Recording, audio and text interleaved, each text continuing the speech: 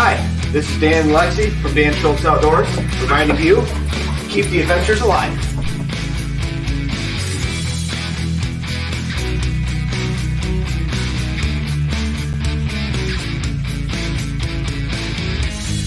Hey y'all, I'm Johnny. And I'm Colleen. And we're the Keel Quest. And we want you to keep the adventures alive. Cheers!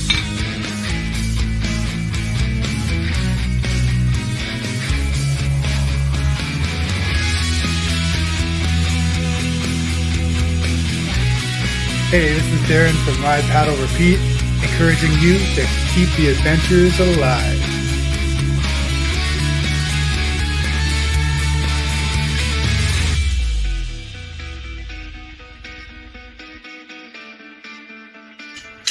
This is David from Beachley Ironworks saying keep the adventures alive.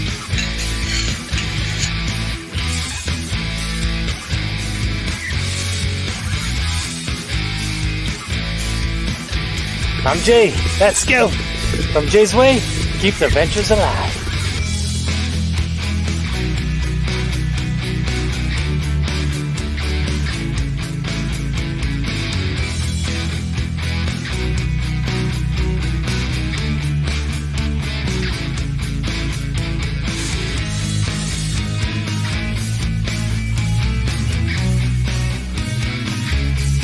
Hi, I'm Kevin Cowan, the Happy Camper.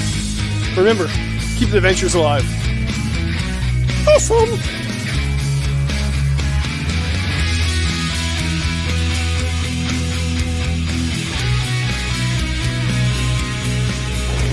Woo, buddy! Shug here! Keep the adventures alive. I am.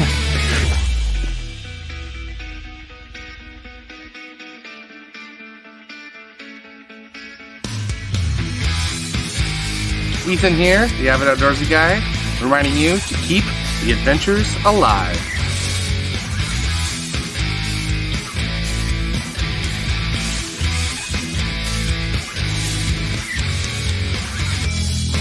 We're John and Aaron. Keep the adventures alive.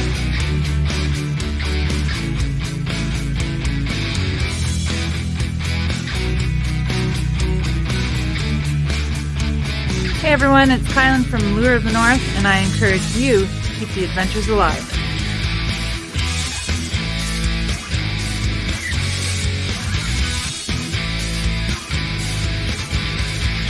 This is Sky North telling you, keep the adventures alive. And now on with the show. Tonight's episode of CANOEHOUND'S Outdoor Adventure Show is brought to you by OTG Meals. Fresh, freeze-dried, small-batch meals made for people on the go. Algonquin Outfitters, with 4 key locations in and around Algonquin Park to serve your backcountry needs. Kid Products, stick stoves and reflector ovens proudly made in Canada. And Novacraft Canoes, connecting you with nature in Canadian-made canoes since 1970. Well, hello and happy Tuesday evening, everybody, and welcome to another episode of CANOEHOUND'S Outdoor Adventure Show, a show that's going to bring you a lot closer to the great outdoors, and even in this cold weather. My name is Dennis, also known as CANOEHOUND, and if this is your first time tuning into the show, thanks very much for coming out and joining us on this fine Tuesday evening. Hopefully we'll do enough tonight to make you a subscriber or maybe make you hit that like button down below. Just want to get over a few things here before we get into tonight's topic, because we will be talking about winter camping. It's our 4th annual show, and if you haven't already seen some of our past episodes on winter camping, you can check them all out in our past live stream playlist. And there's a lot of good information to be had then and now. So by all means, check that out. Before we get into tonight's topic, though, just have a few things I need to crush out of the way here. Firstly, to all of you who gave so generously with my buy me a coffee contribution thing there for getting me a new laptop and the new webcam thingy here. Thank you very much. Greatly appreciated. Your support's always greatly appreciated. We're getting one step closer, and I'm just waiting for some great Black Friday deals to maybe get myself a good deal on one of these things to help save a little bit more. So all that money's not going to go to waste. it's going to go to a great cause. So thanks very much. Our good friends over at OTG Meals, I mentioned this last week, they are going to be ramping down their business for the colder weather seasons here. As of this Friday, they're having a sale on all their current inventory. So you'll want to check out otgmeals.ca and go there. And you know what? Stock up on some of these great freeze-dried meals. The sale is going to go from Friday till Sunday. And what's going to be happening is OTG Meals is going to be slowing down so that they can ramp things up. Basically, what they're going to do is build a new website, build inventory for the spring, ice out season there, so everybody can get their freeze-dried meals for the summer, and just a little bit of relaxed time for Randy. So don't think they're going anywhere. He's not going anywhere. He's just going to be working on making the business that much better and bringing us some new meals and things of that sort. So by all means, check them out at otgmeals.ca. Great time to stock up from this coming Friday till Sunday when he's going to be having a sale. Then I think he's going to shut down the website for a little bit. I'm not exactly sure 100%, but I that's what I got out of our conversation. So just wanted to give everybody that heads up. Tomorrow night's going to be a fun night for me. Everybody's familiar with Chris Prouse, the YouTuber, video extraordinaire. She is going to be doing a live stream tomorrow, and she asked me to be her guest on the show. So we're going to be chit-chatting a bit there about this guy. If you want to know anything more about Canoe Hound, tune into Chris Prouse's channel tomorrow night at 8 o'clock. I'll do a post on my Facebook under Canoe Hound's Outdoor Adventure Show tomorrow, and I'll have the link on there and stuff like that, so that if you want to come in and say hi, please do. We'll get to see or get to hear what Chris is up to these days too, because she hasn't been doing too much on the YouTube side. I know she's been focusing on business and family of late, so we're going to find out, because I'm going to ask her what she's been up to. I know she's done the Meanest Link a couple of times, her and Julia. So they're out there still pounding away in the canoe. It's just a matter of why are we not seeing any videos from Chris? Maybe we'll find that out. Once again, last week, I don't know if everybody in the chat here happened to see last week's show. Last week we had Xander Budnick and John from Lost Lakes on the show, and we've been just talking about their backcountry friendship.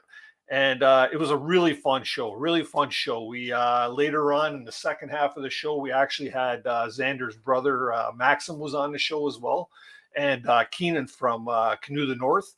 And then we had a few people pop in and asking questions. But you know what? It was a fun show, and it was by far the best viewed live stream of season 4 this year. So if you haven't already checked it out, it was a fantastic show. By all means, go back into our previous live streams playlist and check out the show. It was a really good time. Them guys are stand-up guys, and they're pumping out some great content, and hopefully they continue to do so, because I personally enjoy watching their stuff. So that was a lot of fun. So if you guys happen to be in the chat tonight there, John or Xander or Maxim or Keenan, thanks for being on the show last week. Let's see here. We got some birthday wishes this week. I just want to wish a happy birthday to Pamela Good from the Super Good Camping podcast. Tim tells me she's 29 again. So Pam, happy birthday to you. Hope your handsome husband there is taking you out for a nice dinner for your birthday. So if not, make him take you out. Another birthday wish out to super fan Logan Plitnick, who turns 12 this week. Logan, keep the adventures alive, my friend, and thanks for watching. And lastly, I'd like to wish a past guest on the show right here on Canoe Hound's Outdoor Adventure Show, Outdoors Guide, Clint Zold. Happy birthday, Clint. He's celebrating a birthday this week as well. So if there's anybody out there that would like to wish anybody a happy birthday or happy anniversary or any sort of celebratory thing, please do drop me an email at canoehound@gmail.com, and I will gladly make it happen, man. I'll get you on the list here, and we'll let everybody know that we should all be celebrating with you. I noticed over the last couple of weeks, we brought on a few new channel members. I just want to shout them out and say thank you very much for your continued support. If anybody's wondering what channel membership's about, you'll see a join button down around there. check it out. Click on it. You know, it might be for you. It might not be for you, but it's a great way to support the channel. Yeah, man, it's always good. And membership comes with perks and benefits. So if anybody has just recently joined and you haven't received your membership welcome package, which has a membership decal and a letter and stuff like that, please drop me an email right here at canoehound@gmail.com as well. And I'll make sure I get your address and I'll get your membership decals out and stuff like that. So we'll make all that happen. So thanks very much for that support. Two more quick things, and these are the usual things. If anybody has any hot topics or guests you'd like to see on the show, by all means, please drop me an email. Once again, at the same place, same email address. We'll make sure we can try and make it happen. I'm always looking for ideas for the show.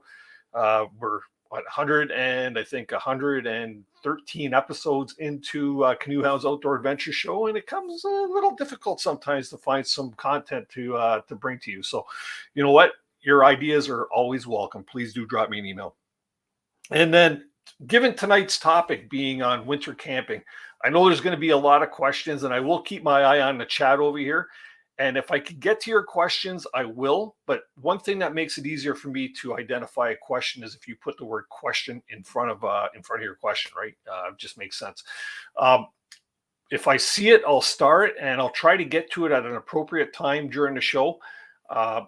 And if we don't get to that during the second half of the show, I tend to try to open it up and invite some people up on panel here to ask a question of anybody that's on our panel. So that's a great way to get your answer kind of face to face, right? Virtually. Anyways, but yeah, we'll try and get all the questions we can answer tonight, because after all, that's what this show is going to be all about, is learning a little bit more about winter camping. Whether you're a newbie or a seasoned veteran, I guarantee you're going to learn something tonight.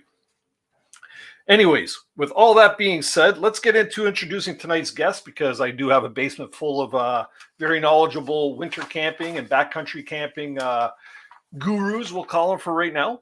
Let's see here. We're going to start with this YouTuber. She's familiar to many of us.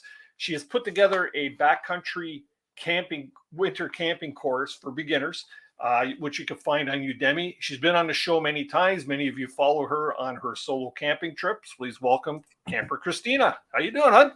Hi, I'm good. How are you? Good. Great to see you. Thanks for agreeing to come on and share some of your vast knowledge in the winter camping field. My trials and tribulations. Yeah, thank you. Thanks for having me. Yeah, for sure. You know, you're always a welcome one on this show. Our next guest is a regular on the show also. He's a wealth of knowledge when it comes to backcountry camping adventures.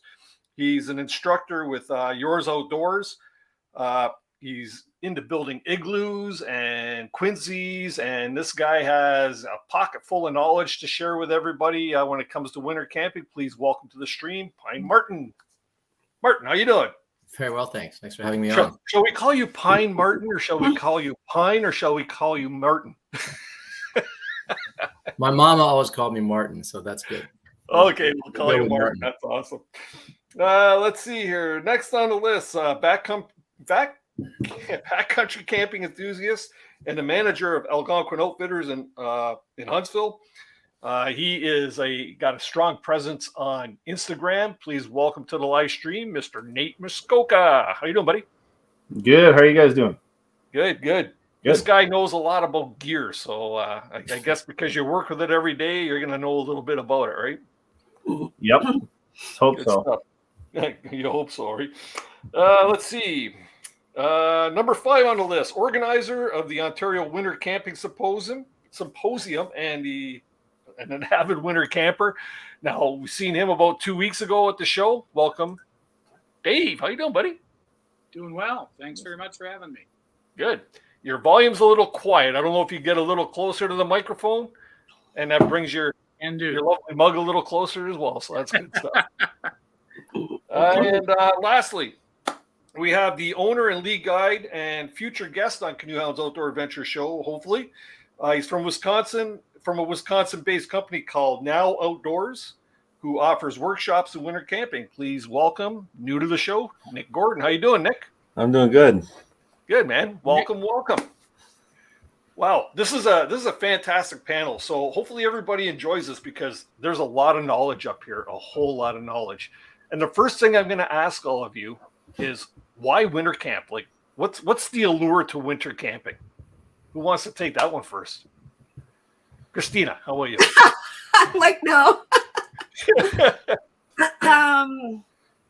I love camping, and I can't obviously do it in this part of the world unless I winter camp, but all year. I mean, unless I winter camp. So that's why I do it. But I love all kinds of aspects about it as well. The silence is probably the biggest thing. It's super, super quiet. I love being able to see the tracks in the snow when I get up.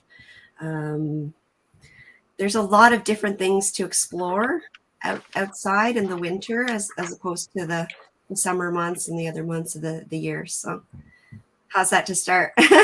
That's great to start. That's great to start. Dave, you put together a winter camping symposium, right? And what do you think it is about winter camping that allures so many people? Like, you had a good amount of people at the symposium this week, so there's a lot of people interested in this. And it seems to be growing. And I suppose, like many things in life, there's different reasons for that. I mean, I think that some of it's just practical, that people are trying to get reservations in terms of car camping or front country into the shoulder and winter seasons. People are just trying to find available space. We've had real problems during COVID. But in terms of backcountry, I don't know. I think some people like to challenge themselves. I think some people have tried it and found it. The solitude is great in the summer, but it seems like it's an extra level in the winter. When you're 5-10 kilometers from anybody and it's minus 30 out, and I don't know, it brings a real heightened awareness of your surroundings and so on. And I don't know. I imagine it's different for everybody, though. It's the same as saying, why do we canoe? I'm sure you get 100 answers. Yeah, for sure. I'll ask Nick this question too, because Nick, you offer workshops in winter camping and stuff like that. What do people tell you that, you see a lot of people with each of your workshops? What are they telling you? Why do they want to learn how to winter camp? Yeah, we've got right now about 50 people signed up for our upcoming workshop. They're all beginners, and so their families and friends think they're crazy, but something draws them out there. I think a lot of these folks, they love being outdoors. They like the trails. They're already hiking and camping, a lot of them, and where we live in the winter, like it's cold, but I don't think they go out there to try to brave the cold. I think, and for me, the big thing is it's gorgeous. I can go to the same place that I go all summer long, the same lakes, the same trails, and like Christina said, it's just it's quiet, it's beautiful. You can see farther into the woods. There's no foliage on the trees. You can see farther. You can, it's just different. And there is a challenge part to it that I find kind of attractive.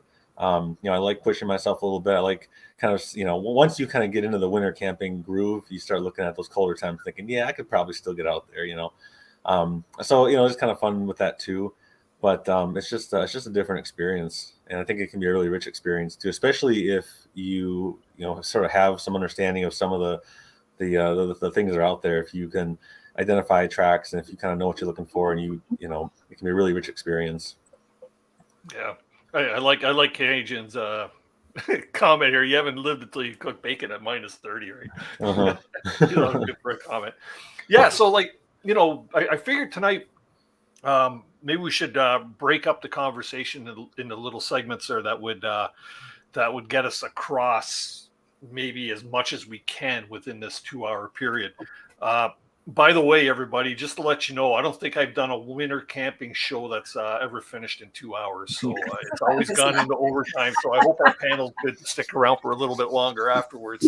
But let's do it, right? And you can stick around as long as you want. And if you have to leave, you can always watch at a later time. So by all means, let's get into talking a bit about gear. I know being an avid, all of us are pretty much avid canoers as well. They're outdoors people, backcountry campers. And I'm sure we've all accumulated quite a bit of gear over the years. What are some of the main pieces of gear that will suit both winter camping and we'll say year-round camping? What are the crossover types of gear? Nate, what seems to be a popular thing? Like aside from a really good frying pan? Yeah, well, a really good frying pan works, yeah. It's pretty crucial for that minus 30 bacon. Yeah, right. Yeah.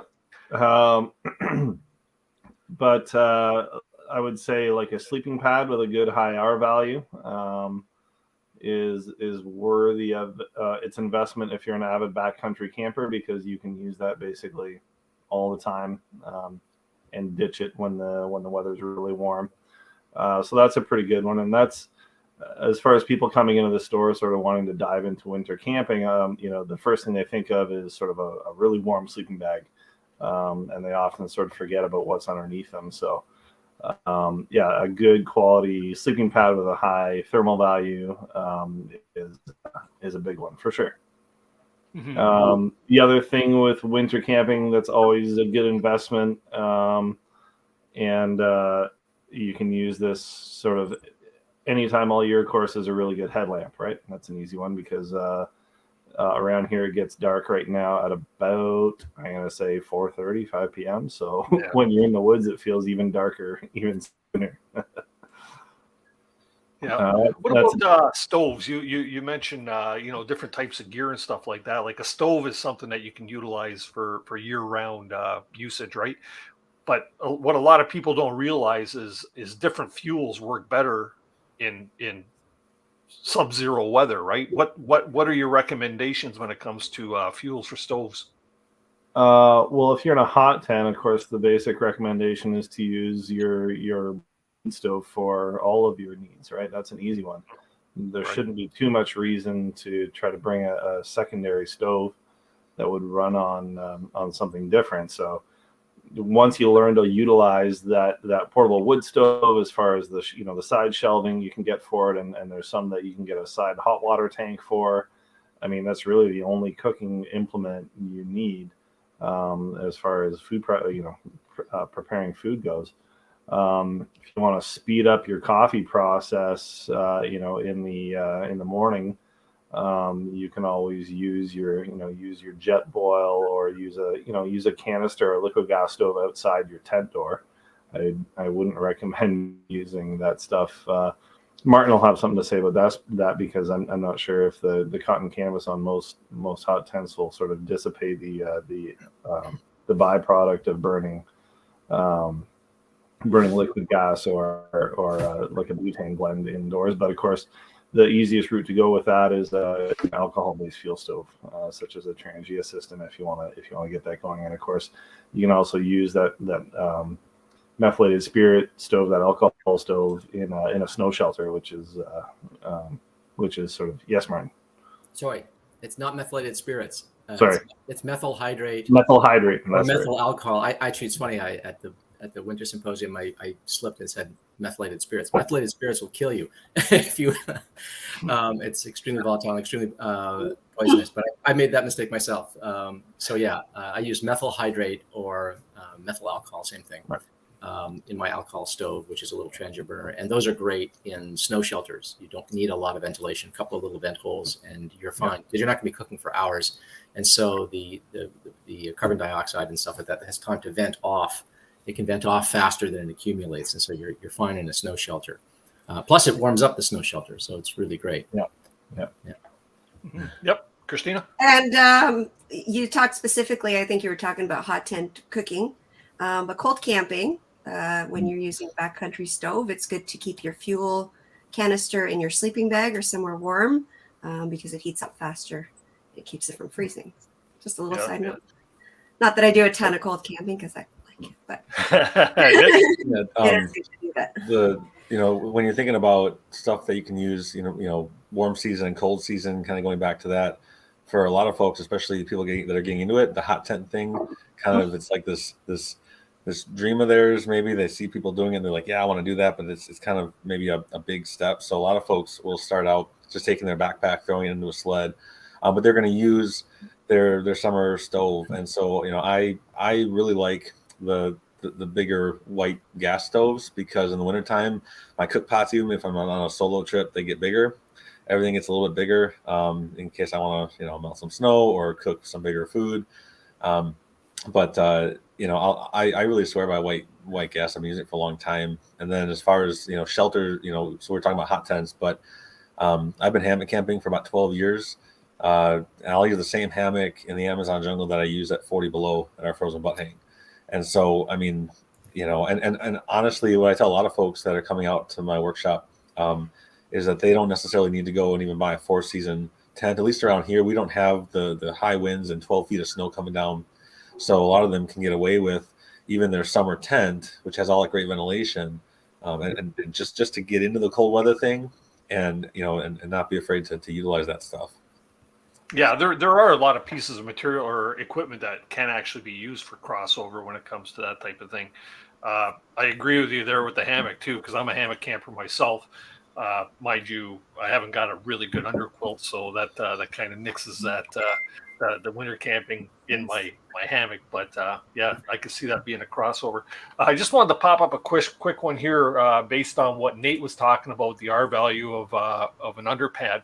What is a good R value for an underpad? What is the average rating on something like that would be significant?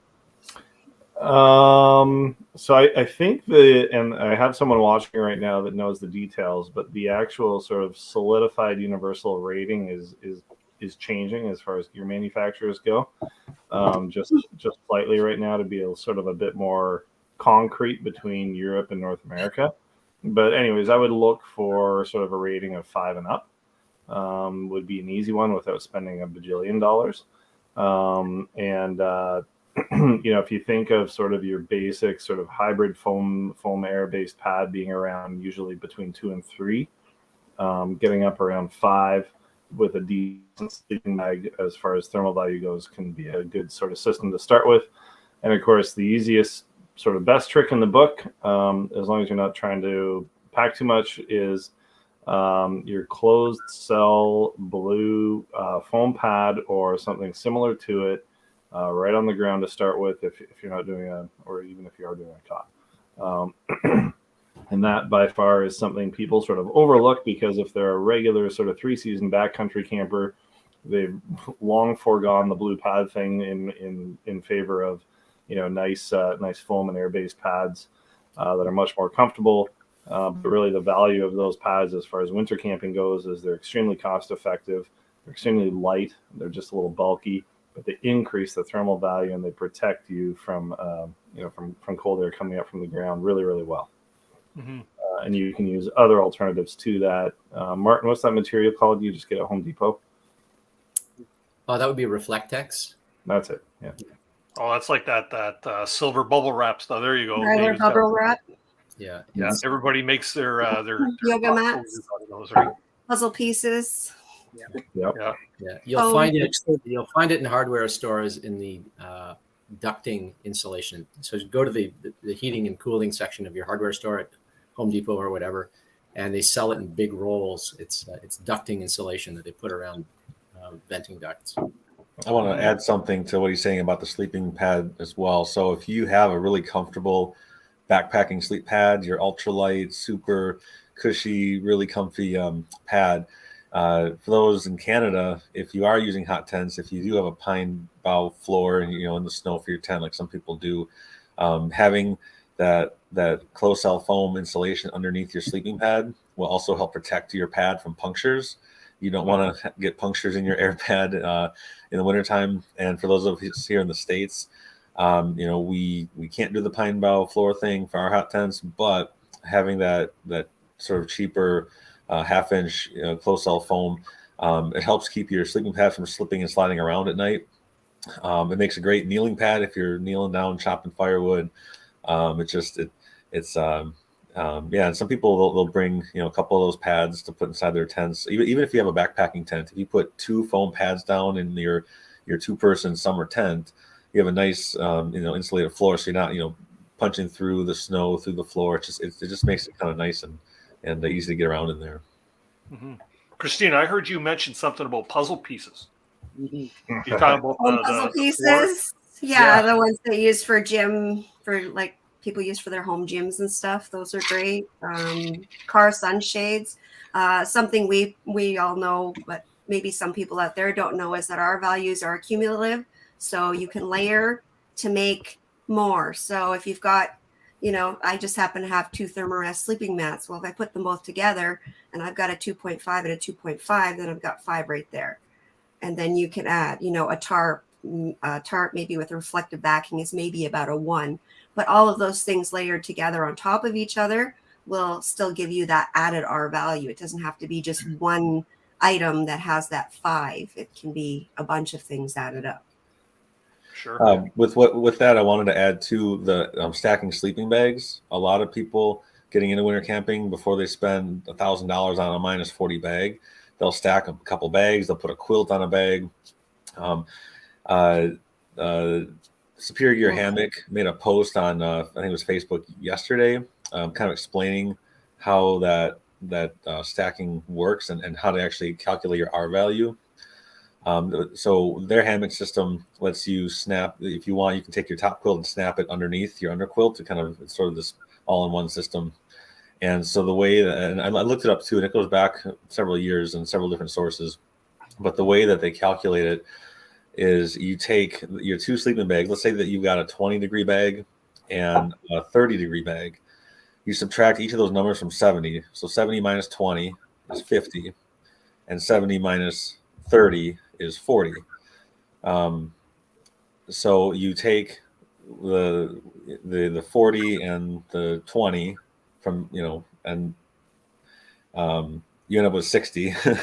It's easier if you type it out. And then you subtract that number from your 70, and it gives you your total sort of insulation rating. So I think it was somewhere around, if you stack a 20 and a 30-degree bag, it comes out to like -10. But anyways, you can go online, and it's been around for a long time, and there's a lot of different sources online that kind of say the same thing. It's easier to see it than to say it out loud. It doesn't make a lot of sense in my ears here, but you understand. So there is a bit of a thought process to how that works, and it has been verified for a long time, which I thought was pretty fascinating. So if anybody is trying to figure out if they take their 30-degree bag and they throw like a 0-degree in there, can they go to -40? There is a way to sort of work through that problem. Yeah, and you kind of hit on the head, about the $1,000 -40 bag, right? It's a winter camping gear, winter specific camping gear can be very, very expensive, right? So for somebody that might be just starting out, the layering process might be the best way to go to actually build themselves up, right? Yeah, David? Dennis, I just wanted to jump in for a second and pass along a tip, and I forget who told me this, but it became very obvious to me once it was mentioned, but I think it's a mistake some people might make when they're trying to get into winter camping as a newbie, as a new person, and they want to try layering up things when they're using a sleeping bag. I heard a lot of people early on when I was learning how to winter camp, and they'd talk about how they would have their sleeping bag and even a down bag, pretty decent, maybe a -7 or a -18. And they'd say, then I throw a wool blanket over it. And Martin's chuckling because, what you're doing is you're taking your insulating value and you're compressing it and actually reducing the effectiveness of your sleeping bag. If you're going to add a wool blanket to your sleeping bag, you have to put it inside your sleeping bag so you're not compressing the insulation value. So, there are some things you have to think about when you're layering things together. It's fantastic. You have 2 sleeping bags, slip one inside the other, fantastic. But the minute you think, oh, I'll just put something over my sleeping bag, and you start to crush it down, you're actually reducing the effectiveness of it. And that's something I picked up early on because I was doing exactly that. I would take a Hudson's Bay blanket, very heavy, throw it over top of my -7 bag and wonder why I was cold, because I had effectively destroyed the insulating value of my -7 bag. So just something that I picked up. Yeah, I did that. I did that exact same thing, Dave. This blanket right behind me, I was like, this thing, all I need to do is wrap it around me and I'll be laughing. Yes. And then what I noticed is it actually trapped a lot of condensation that was trying to escape out of my bag that didn't quite get through the wool, and it was miserable. And I couldn't figure it out. I'm going like, what? I've got my bag and this wool thing wrapped around me. Why isn't this working? But I figured it out pretty quick. It's got to go on the inside, and there's no way that this thing is going on the inside of. No, it's too big. Yeah. And in fact, what I ended up finding was that my wool blanket did more for me putting it under my body to protect me from the cold coming up than it ever did putting it on top to keep me warm. Yeah. I will say, as far as cost effectiveness, one thing that, I mean, you can get really good high quality sleeping bag liners, and those are often worth it if you don't mind spending the money. But the really good ones are not cheap. They're like upwards. They can be around $100 or more. And basically, usually what they are is they're sort of a synthetic blend of sorts. That's basically a really sort of thick and fine polar fleece with some other stuff inside of it. One thing we have found, and this will sound funny, but if someone is just trying to try out shoulder season camping with their existing sleeping bag, you can get really inexpensive polar fleece liners that are quite effective and very, not expensive at all, that do a really good job. And if you get the right one, it usually zips out into a blanket so you can use it for all kinds of stuff. And for about $35-$40 Canadian, Nick, you can get yourself a pretty like $5 US. Yeah, exactly. It reminds me of those Snuggies, right? Those Snuggie things they were selling on TV for a while there. Yeah. But a polar fleece liner is inexpensive and very effective because, of course, that polar fleece is always trying to wick moisture away from you, and it's breathable, et cetera, et cetera. So that's what I use. Sorry, go ahead. No, I was just gonna ask, what makes a good liner a good liner? The density to weight, and good liners will actually have thermal values on them, but they will also, on the packaging, it should actually tell you how much it will increase the sort of temperature rating of your sleeping bag. So if you go on the Sea to Summit website and check out their sleeping bag liners, they have a series of liners that will actually tell you, in theory, how much thermal value that will actually add to your existing sleeping bag. And it's adding a fair bit for not a lot of weight. For not a lot of weight, it's not cheap, but you're talking like adding 16 to 18 degrees Celsius. Sorry, Nick. Of warmth for something that's about the size of a small loaf of rye bread. Sorry, Nick. You can go cheaper than that too, actually. If you go to a place like Fabricland, some sewing shop, right, some sewing supply shop, which is what I did. I went to Fabricland and I just got this polar fleece, just bolts of polar fleece. I cut it to the approximate dimensions that would fit tolerably well in any of the sleeping bags that I had, some of which were rectangular, some of which were mummy bags. And I just installed a zipper, or you can pay someone to put a zipper on, or you can just use ties. You can just sew on little ties and tie it up along its length. And that will work.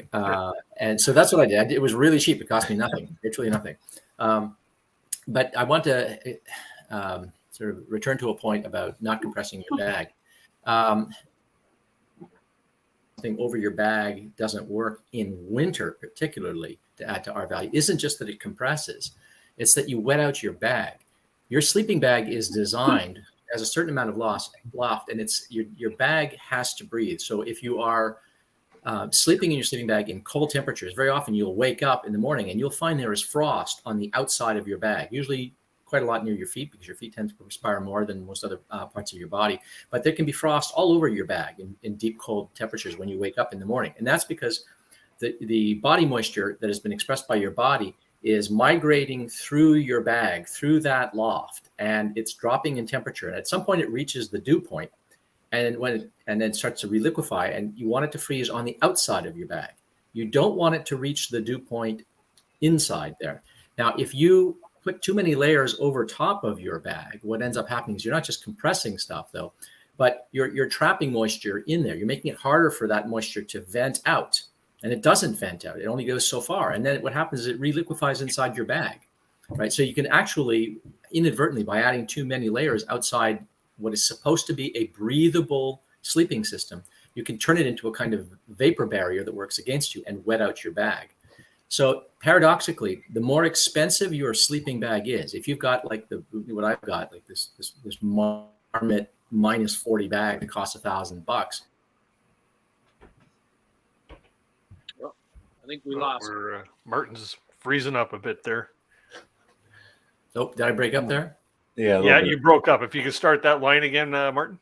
Sure. That last bit was just that paradoxically, the more expensive your sleeping bag is, the more important it is that you let it do its work, because it's got to have a lot of loft. There's a lot of time for that moisture to migrate out and reach the surface and reliquefy. And if you interrupt that process by putting layers around it, you're creating a vapor barrier, and it can reliquefy, reach the dew point, reliquefy and freeze and generate, or not necessarily freeze, but turn into moisture and wet out the inside of your bag. So paradoxically, the thicker the loft on your bag, the heavier your bag is. If you've got $1,000 sleeping bag, good to -40 like I do, you really don't want to put anything outside that bag. Anything that you're going to put in has to be a liner inside the bag. Yeah, Dave? And I have a question then for people who know more than I do. The myth when I was growing up always was the warmest you would be in a sleeping bag is if you slept with the minimal amount on, either naked or just your underwear or whatever. And I see people when they're winter camping start going the opposite direction. I see them layering up, base layering inside their sleeping bag. Are they running the risk of trapping too much moisture, or is that a good idea? I think the material. I think it depends on the layers. I can say I winter camped for about 4 years in a hammock at every kind of temperature we get in winter, with nothing but a 15-degree sleeping bag, no underquilt, no pad, no nothing. At 30 below, we hit 40 below, and I would drive 8 hours away to do this, and I would wear a lot of layers of really cheap fleece, the kind of fleece that the wind cuts through and that melts with every little spark from the fire. But you put 3 layers of cheap fleece pajama pants on and some really cheap fleece pullovers. It's so breathable. It seemed to help, but it was not very comfortable putting 4 or 5 layers on before bed, but it definitely worked. And to Martin's point about moisture building up in that bag, one of the issues if you're cold camping is if you're out and it's consistently well below well, I don't know, what is it? Let's say minus 20 Celsius, all right, or we can even go minus 40. It's nice and even there. If it's consistently really cold out, when you get up in the morning, the moisture that accumulated in your down insulation and your synthetic insulation, as soon as you crawl out of your sleeping bag, that moisture freezes solid, and it only takes a couple of nights for you to be able to actually feel. You can feel little chunks of ice, like marbles of ice, in your down. And so, even if it's right around freezing, you can still hang your bag out in the sun on a bright day to help kind of air it out and dry it out. Some folks will get up in the morning and they'll take their warm sleeping bag and they will squish it down super tight and then open it back up and kind of fluff it up in the air a little bit, with the idea that they're trying to push out that warm, moist air before it freezes again. I've heard that. I don't know if that really works. But I've heard that over the years. But you can get those ice chunks that build up, and so like Mark was saying, it's really important to be able to let the bag kind of do its job, and and the more layers you start putting on top of your bag, even if you do a double bag system, sometimes if you get an air gap between your outer bag and your inner bag, if any cold air gets in there, you have condensation in the morning. You'll take that top bag off, if you have a quilt maybe, and the top of your inner bag will be wet, because that cold air got in there and it just condensed right then and there, and now it's stuck there. So really paying attention to sort of how you how you layer those things is important. So the layering of clothing, base layers inside the bag, as long as they're breathable, is fine. As breathable as possible if you're going to wear a lot of layers. If you're putting a whole bunch of wool on, 3 pair of wool socks and like some heavy wool base layers and a jacket and a puff jacket, like you start doing some of that stuff, like any nylon, like down jacket, sleeping in those things, I think isn't so great of an idea. Sometimes I'll take a puff jacket and I'll throw it in the bag inside, like down by my feet maybe, or over my belly, just something like that. But I try not to wear anything really constricted. You've left it open, so right, yeah. And nowadays I've got really warm insulation, and I don't have to wear 10 layers to bed. But I've seen people do a squirrel pile into their tent or into their hammock to make it work. But yeah, ultimately it's about moisture management, right? You kind of trial by fire, right? You want to try and micromanage your whole evening, and not only during the night but during the daytime too. It's all about layering, and I guess the sleep system could be layered as well, but you have to micromanage that so you don't build a sweat. I know, Martin, last year we did a show on that, how to stay warm sleeping. That was a really interesting show. We shared a lot of good facts in that particular show. A lot of good things that we touched on that I learned a ton from. So it'd be a good show for people to go back and check out. Christina, did you have a point too, or no? No, I have no point. I have no point. Okay, well, you know what? Let's move on to the next thing. There was a comment though that I did want to put up there, and I can't seem to find it now. Oh, there you go. What about a cot to keep you off the ground? What about like the thermal properties of that? You're still going to want to use an underquilt or an underpad with that as well, right? Yep.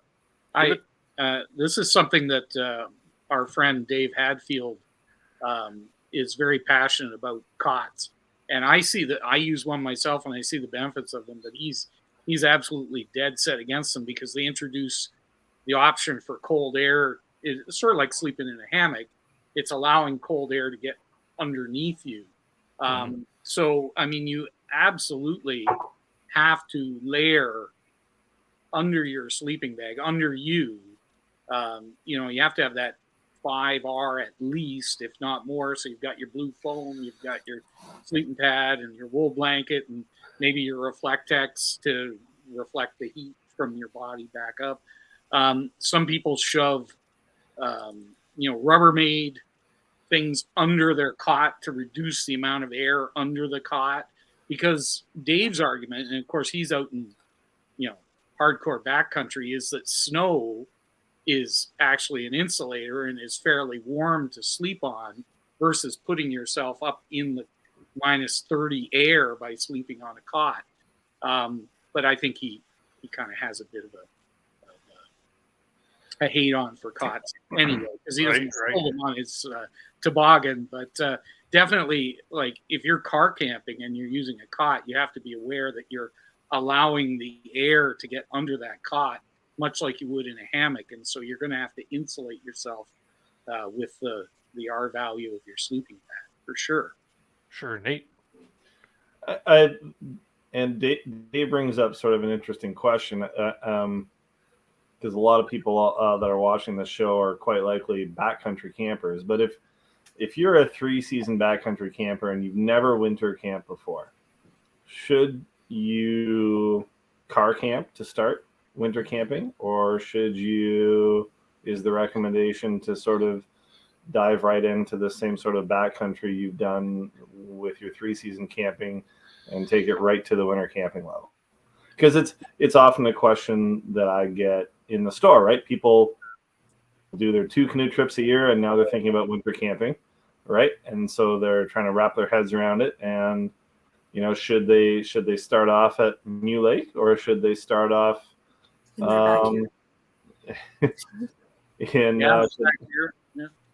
should they start off in Martin's bush lot? Always Martin's bush lot. Always.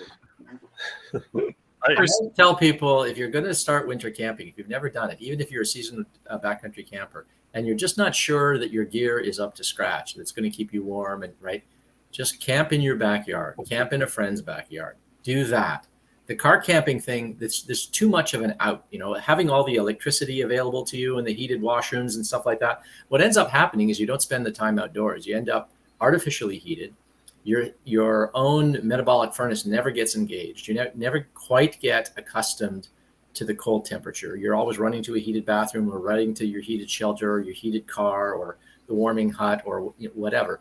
And then the moment you're not in that, then all of a sudden you've got to start that whole process over again of getting your metabolic furnace engaged and forcing your body to generate the heat that it can do. Like your body will just burn more calories to keep you warm when it recognizes that it's cold outside. But you've got to let yourself feel the cold, just like you don't sweat instantly when you walk out of an air-conditioned building into a really super hot day. You don't sweat instantly. You feel the heat instantly, but you don't sweat instantly. It takes time, and it's the same thing with the cold. So if you're going to start winter camping, you want to test out your gear, make sure that it's up to scratch, and you want to learn what it's like to cook outdoors in the winter and stuff like that. Then do it in your backyard and just say, I'm not going inside except to pee, right? And even then, pee in your backyard if you can. But the point is, just do it outside. Stay outside. Find out what your body can tolerate. You'll discover if your clothes is sufficient, if your footwear will keep you warm. That's a big thing. I think footwear is probably the most important thing people overlook. They take their winter hiking boots and they think that's going to do the trick. That is not going to do the trick. I think. And setting up gloves and things when it's cold out, it's very difficult. You need to learn how to do everything with your gloves on. That's right. You can bare hand in very cold weather for very, very brief periods. Even handling a camera can just be excruciating in really cold weather. And if you're handling metal, like metal poles for tents and stuff like that, that's a no-no. You have to learn how to do it with mitts and gloves. So I always recommend just start in your backyard. Save the car camping for another style of camping when you want to take the whole family in the big giant tent and all that. That's fine. But when you want to practice winter camping, but do it in an area where you can bail out. But don't do it in a place where the amenities are set up precisely so that you can go and warm yourself and use a heated bathroom and all the rest of it, and electrical outlets outside and stuff like that, electrical service at the site. That will just prevent you from actually getting your body prepared to last a weekend out in the cold, and it will prevent you from actually determining whether or not your equipment is sufficient for backcountry camping. That's my view. Not only that though, like for anybody that might be entering this as a new thing, right?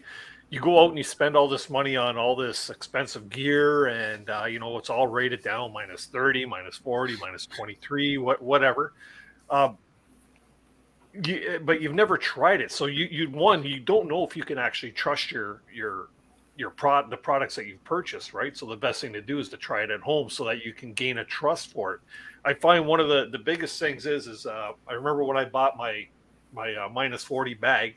This is years ago, right? It's a synthetic bag, but it took me like 3 or 4 winter camping trips before I really built a trust in that. So therefore I brought extra blankets and all the extra thermal stuff, sleeping with my clothes on. And like David said, do you sleep naked or in your underwear, or do you layer inside?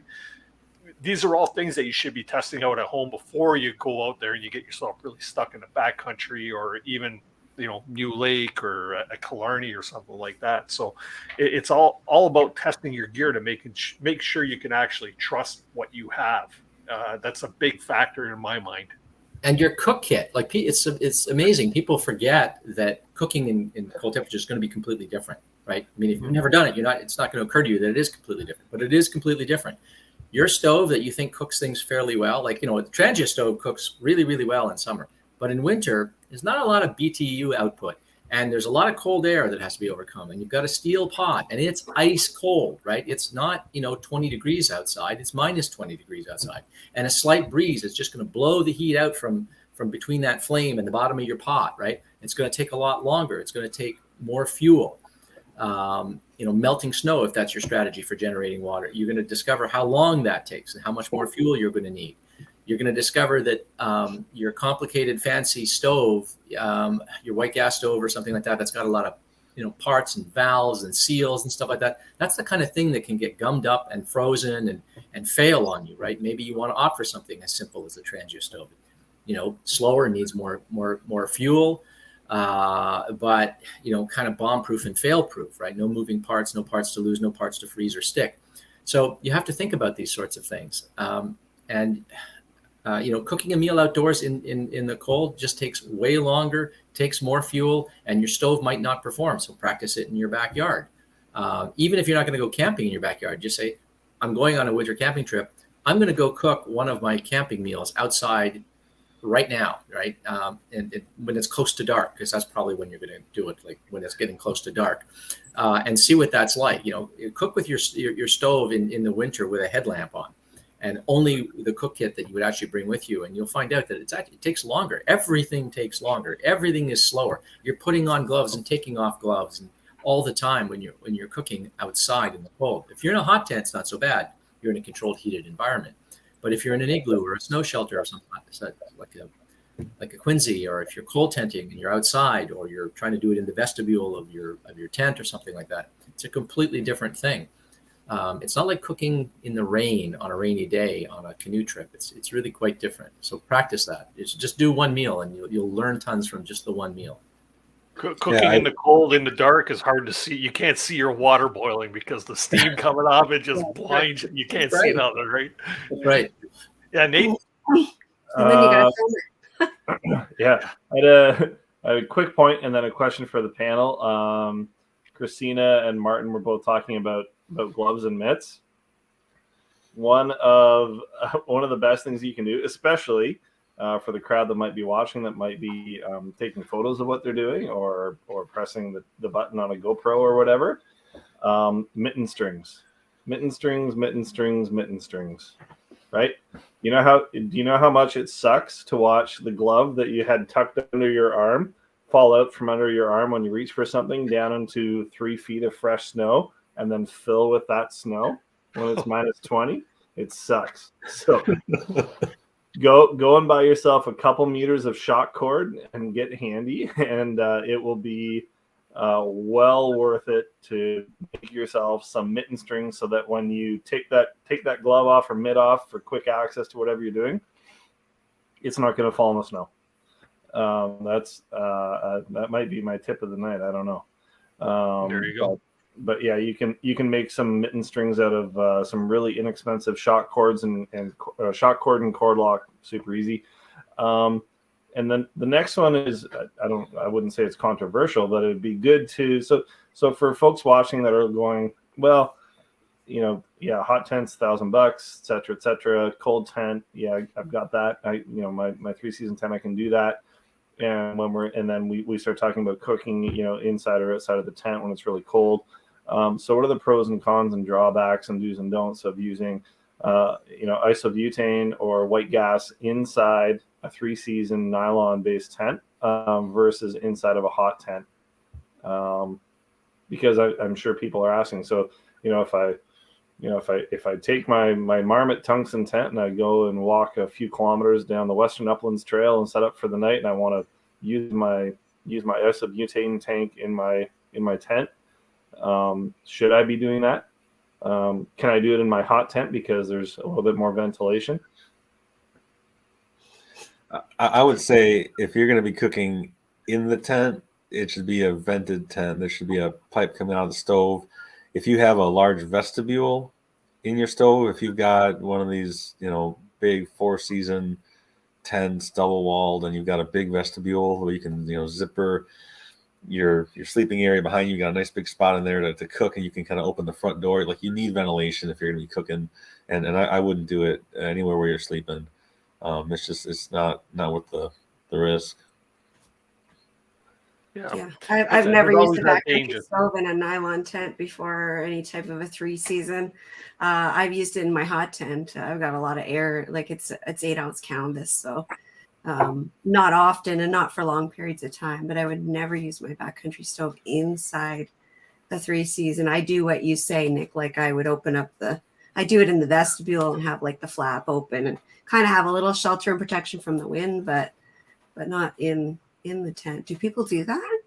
I see a lot of people online posting they'll take like a ice fishing pop-up ski shanty shelter, yeah. and they'll have like a large Mr. Buddy heater. Yeah. And, there's no like you gotta vent that really really well. You gotta or you're really taking a big risk of going to sleep and not waking up.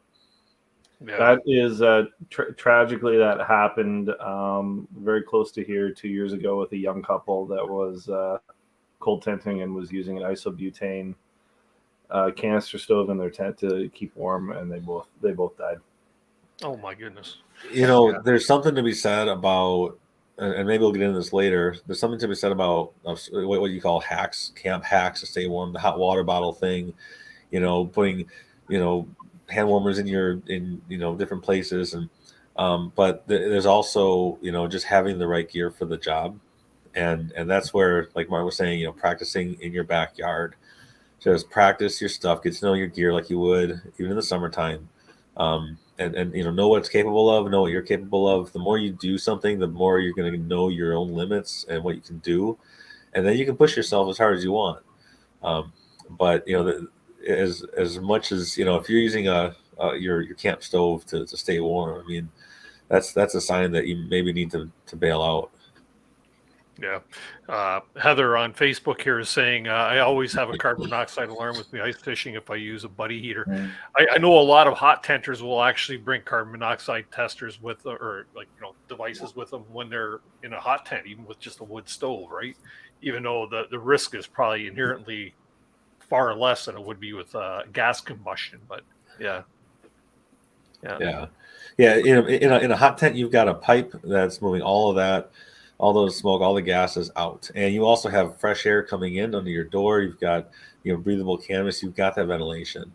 Now some people argue that, let's say middle of the night you're sleeping and your stove is burning down, and now you've got the cold air outside of your tent starting to kind of, you get that back pressure when your stove is almost out and the cold air is coming down and kind of pushing that those fumes into your tent. Again, we keep our hot tents, keep the bottom of that door slit, so like you still have good ventilation in there. I personally don't ever bring a meter. I see that argument pick up every other week right now. All winter long, it pops up, and do what you're comfortable with. I mean, it's simple as that. If you want to bring one, fine. The batteries don't always work so great when it gets really cold, but by all means, bring it. And if you don't want to bring it, if you got a well vented tent, then don't. Yeah. Christina, you showed something earlier. What was that? Was that an electric? Oh, I'm testing out a new. I have a hot pocket from Sierra Madre, and this other company sent me this. It's just a heated blanket, and you plug it into a portable battery. I say blanket. Nice. It's very small. Like it probably just takes up the size of about the size of a pillowcase, maybe just a little bit bigger. And you just I just put it underneath my jacket or inside my bag, and keeps me nice and warm. This is a new one I'm testing out. It's supposed to last 8. Well, you're using your own battery pack. The other one I have it comes with a battery pack, the one from Sierra Madre. So on low, you've got a maximum of 6 hours. So what I'll do is I'll use my hot water bottle, boil some water, put that in, usually around 3 o'clock in the morning or so. It starts to it'll stay warm, but it starts to kind of get not so hot. And then I'll pull this out and click it on, and then it's good for 6 hours and keeps me warm. I get really cold at night. I use an electric blanket at home year round, so this helps me get through my evenings. With what Christina's saying, there are some people who are just really, really, really cold sleepers, and I see this online as well. And I've had university students that come out before that have like Raynaud syndrome, or they're just really cold, and I mean, there's lots of reasons why people sleep cold. I sleep really, really, really warm all the time, so I can get away with a lot, and I know that. But I've got folks that come out on all my trips that they sleep really cold. They'll have a -40 bag, in October. And that's one of those things where you got to figure that out as you go. So when you buy that sleeping bag and it says 0 degrees and you want to go out there at Fahrenheit, sorry, when it gets that cold, I mean, you got to take it into consideration. And it's one of those things where you need to just get out there and just do it. and practice and see where you're at and see what works for you. And if you need the electric heated socks, then so be it. If you need to throw on electric gloves at night because your fingers if they're just always cold, then that's fine. It's totally fine. Those things exist for a reason, and they can open up a season of camping for a lot of folks. It took me years to learn that. I used to buy sleeping bags for the temperature, right? Oh, it's going to be around -5. Okay, I got a -10 bag. I'll be good. I need a -4. Like Martin said, he's got a -40. I use that sucker in the summer. I use it all year round, and I don't care if I open it up and I stick a leg out. That's fine. But most of the time, I'm in there, and that's how I sleep. I need it, and as long as I have that, I'm happy. If you don't sleep well, you don't have a good trip. Like you need to have energy and be awake and not be all half asleep. So that's what I need to do. And if you need to do that to make you comfortable, then do it. It's whatever makes it work for you. That's what matters. Yeah. Right. And as far as temperature ratings go for sleeping bags, that temperature rating isn't necessarily a you'll be warm and toasty at -40. It's you'll make it through the night at -40. Yeah, that's the extreme. They always show. And it's sort of an average. It's sort of an average human survives the night kind of rating, not an average human stays warm and toasty in February north of Sudbury sort of rating. So you need to take that into account, especially when you're looking at a big investment like that. Sorry, Dave. No, I wanted to jump in and say I was having a conversation with some folks about this very thing during the symposium, and there's a lot of -7, -10 bags out there, and people are looking at those and saying, okay, well, during the winter, a lot of nights it's -4. I'm going to start with those because they're not as expensive. And I think the reality we need to put out there is that those are really shoulder season bags. Summer bag. or late summer bags, or summer bags. But like a -7 bag, I use that in October. And, it's great for October when it's going down to, or late September when it's going down to 2 or 3 degrees. You've still got 10 degrees. I'm talking Celsius, Nick, sorry. You've still got, 10 degrees between the rating of the bag and the cold of the night. But really, when you're talking about going out in the winter, and obviously people are smart enough to check the forecast in advance, but forecasts can be off. Always colder than they say. Yeah, or it feels colder than they say, depending on humidity and so on. And, you have to be taking a bag that can handle winter temperatures. If you're actually going winter backcountry camping with no bailout, no electricity, no, anything like that. And so you're looking at at least -20, -30, if not -40, or a combination of bags that can get you down to that. Going back to the earlier point about mixing bags together. But this idea that you can take a -7 bag because it's only supposed to be -4. That's something that really I think is important for people who are new to it to get through their head that that's not going to cut it. If I can jump in, for several years I did Ice Age Trail backpacking in the wintertime, and it was tough getting folks out there because we got a lot of people that weren't really experienced with the cold, and so it was always sort of these really small groups, and we didn't have hot tents. We just cold camping and hiking, and it was a challenge. And I wanted to start doing bigger trips. And it's funny, when I first started winter camping, all the gear fit in a backpack. I didn't have any gear, and I threw it in my sled, and I would just go. And it was light, and it was simple. It was just simple.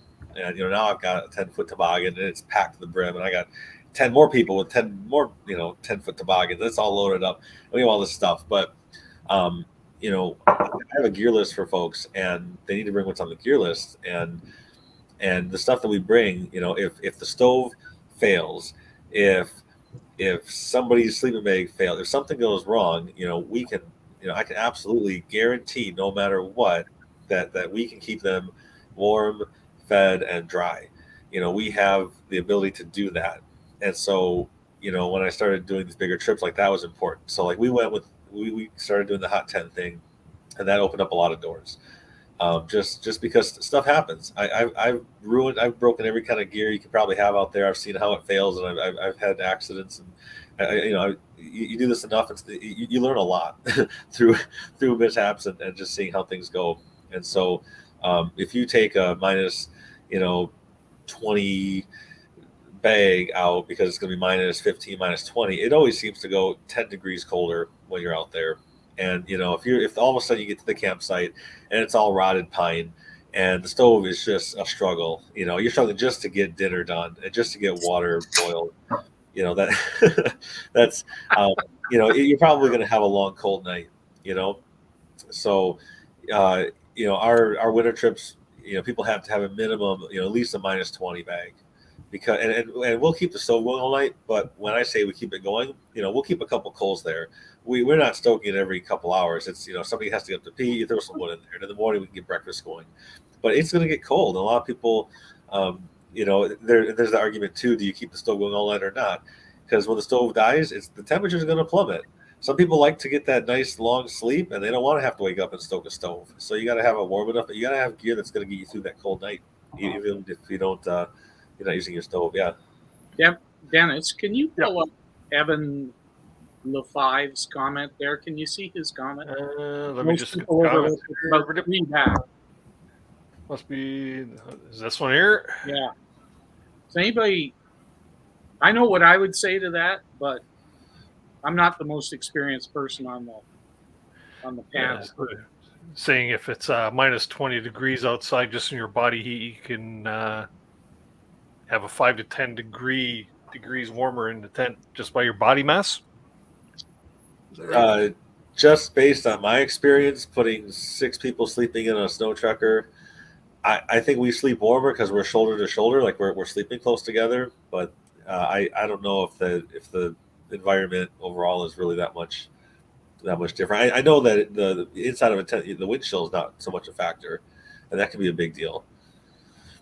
Mm-hmm. Yeah, in a snow shelter, heat can really get trapped and accumulate. So body heat makes a difference. So the more people you can cram into a snow shelter and get cozy, the better, because the walls really do insulate in a way that a little piece of nylon can't, right? So that nylon is going to conduct the heat out very, very rapidly. And the only way that a tent in winter expresses moisture and doesn't result in tons of condensation is by having vents open and flaps and zippered openings and things like that to let cold air in and express hot, moist air out. So you can so there's a trade-off, right? I mean, you can accumulate a little bit more warmth in a tent by closing it up, but then you're building up moisture. Now, if you're in a hot tent, it doesn't matter so much. You're going to drive out that moisture as soon as you kick in that stove in the morning, and everything will be fine. But if you're cold tenting, you have to open it up, and so you're not going to raise the temperature more than a few degrees inside. I don't know about 10 degrees. That seems a lot. I mean, you will negate a considerable amount of wind chill. But if you're in a snow shelter like a Quincy or an igloo, then it's a completely different ballgame. You really can experience huge temperature changes. I mean, minus 20, 25 outside Celsius. And meanwhile, your water bottle in your igloo isn't even freezing. There's crystallize happening, right? There's, crystallization forming here and there along the sides of the bottle and stuff like that. But it's not freezing hard or anything like that. I mean, that's a huge, huge discrepancy, right? And that's because an igloo or snow shelter in general effectively negates all wind chill effects, and it traps heat beautifully because those nice thick snowy walls are excellent insulators and heat traps, and so the heat can accumulate. So that figure that you cited there, I think, would be sort of typical, or you can even beat that actually in a snow shelter. But I've never experienced that cold tenting. I've never experienced it being that much warmer. I was just happy to get out of the damn wind and the snow, and but they tend to feel kind of cold and damp and clammy, those tents. So that's why I've moved away as early as I could from cold tenting to snow shelters, and now I do hot tenting as well. Mm-hmm. Yeah, you had an interesting point in one of your talks I heard you do, Martin. There, you were talking about keeping the wood stove going until it burns out at nighttime, and then after that, just sleeping cold. Yeah, so this is something I feel strongly about, and Christina and I, we've locked horns about this every show we do. We lock horns over this. So you do me. I don't care. I'm good with that's it. right, exactly. That's right. So this I'm is gonna be warm. This is my wait. Can I start this off with an introduction? Sure, go for it. Well, I think it was probably the second or third time I ever actually went winter camping because I've only been doing this for sort of a few seasons now. But I was very, very fortunate that I think the second or third time I went out with Pine Martin, and went to an awesome spot and got all set up, beautiful area, and we went to bed and we were going to sleep cold. We're going to let the stove run, sleep cold. And I think it was about 2 or 3 in the morning. I hear like a zipper undo. And then I hear. No, he's going to out him. And then I you think it's much worse. It's much worse. And then I hear running water. And I'm like, no, it's what I was thinking. And then I was like, well, I'm not gonna say anything.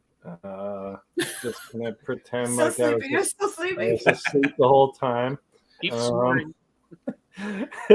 But so it in the morning I was just happy that he washed his hands, and then we made breakfast and everything was good in the world. And then get an analogy. Yeah. But after he sort of explained why to me, it definitely makes sense, because of course, as your body temperature cools down overnight, if you're not stoking the stove the entire night, which makes sense, because if you're stoking your stove the entire night and you're out for multiple days, you're going to become exhausted. And as your body cools down overnight, if you're not stoking the stove, sorry, Martin, this was supposed to be an introduction. Okay, go ahead. You're doing. You got it. It's good. It's entertaining. Well, your body temperature cools, and your liver wants to release some liquids. Your liver, your bladder wants to release liquids, and you can do it one of two ways. You can either not leave the tent and release those liquids, or you can leave the tent and expose your body to the outside very, very cold air by leaving your sleep system. And then try to get warm again once you get back to your sleep system. So it's sort of a debate. Do you basically pee in a bottle and stay relatively warm, or do you exit your tent and expose yourself to the very cold air and pee outside, and then go back inside and hope that you can get warm again with your existing sleep system with the stove still out? So the eternal debate rages on, but I was happy to be a part of that was a part of my learning process. Only my third time out, and Garrett Conover in his book says, in those pine bough floored hot tent setups, you can just the floor filters all. Filters all. It was funny you brought that up. My Lure of the North trip, when I went them on the Mississinapi a couple years back, I remember it's probably, every night was 40 below. And if you got to go, we're getting up and you're stepping over bodies in the dark and you're all discombobulated and just trying to get to the tent, because we were really crammed in there. And then I think it was probably end of the first week, and someone's like, didn't Conover's book say you can just, don't you guys kind of follow his book? Isn't that sort of your style? And it's funny, nobody was getting up anymore. Nobody, 7 in a tent, nobody was getting up. No, we just the one thing though is you can always try and regulate by not drinking too much before you go to bed, but you still need to stay hydrated, right? So it's especially at I'm looking around the panel here, and we're probably all over 40. And when you start reaching over 40, sometimes the bladder has to be released a little more often. So, but I'm in the same boat as Pine Martin there. I'll get up, and if I remember to have something to pee into, I'll have it. But otherwise, I do get out of the tent and go check out the stars. You don't need pine boughs, by the way. If you're hot tenting or you're in a snow shelter, you can't do this in a tent, right? You can still use a pee bottle in a tent, but now you've got this bottle of pee.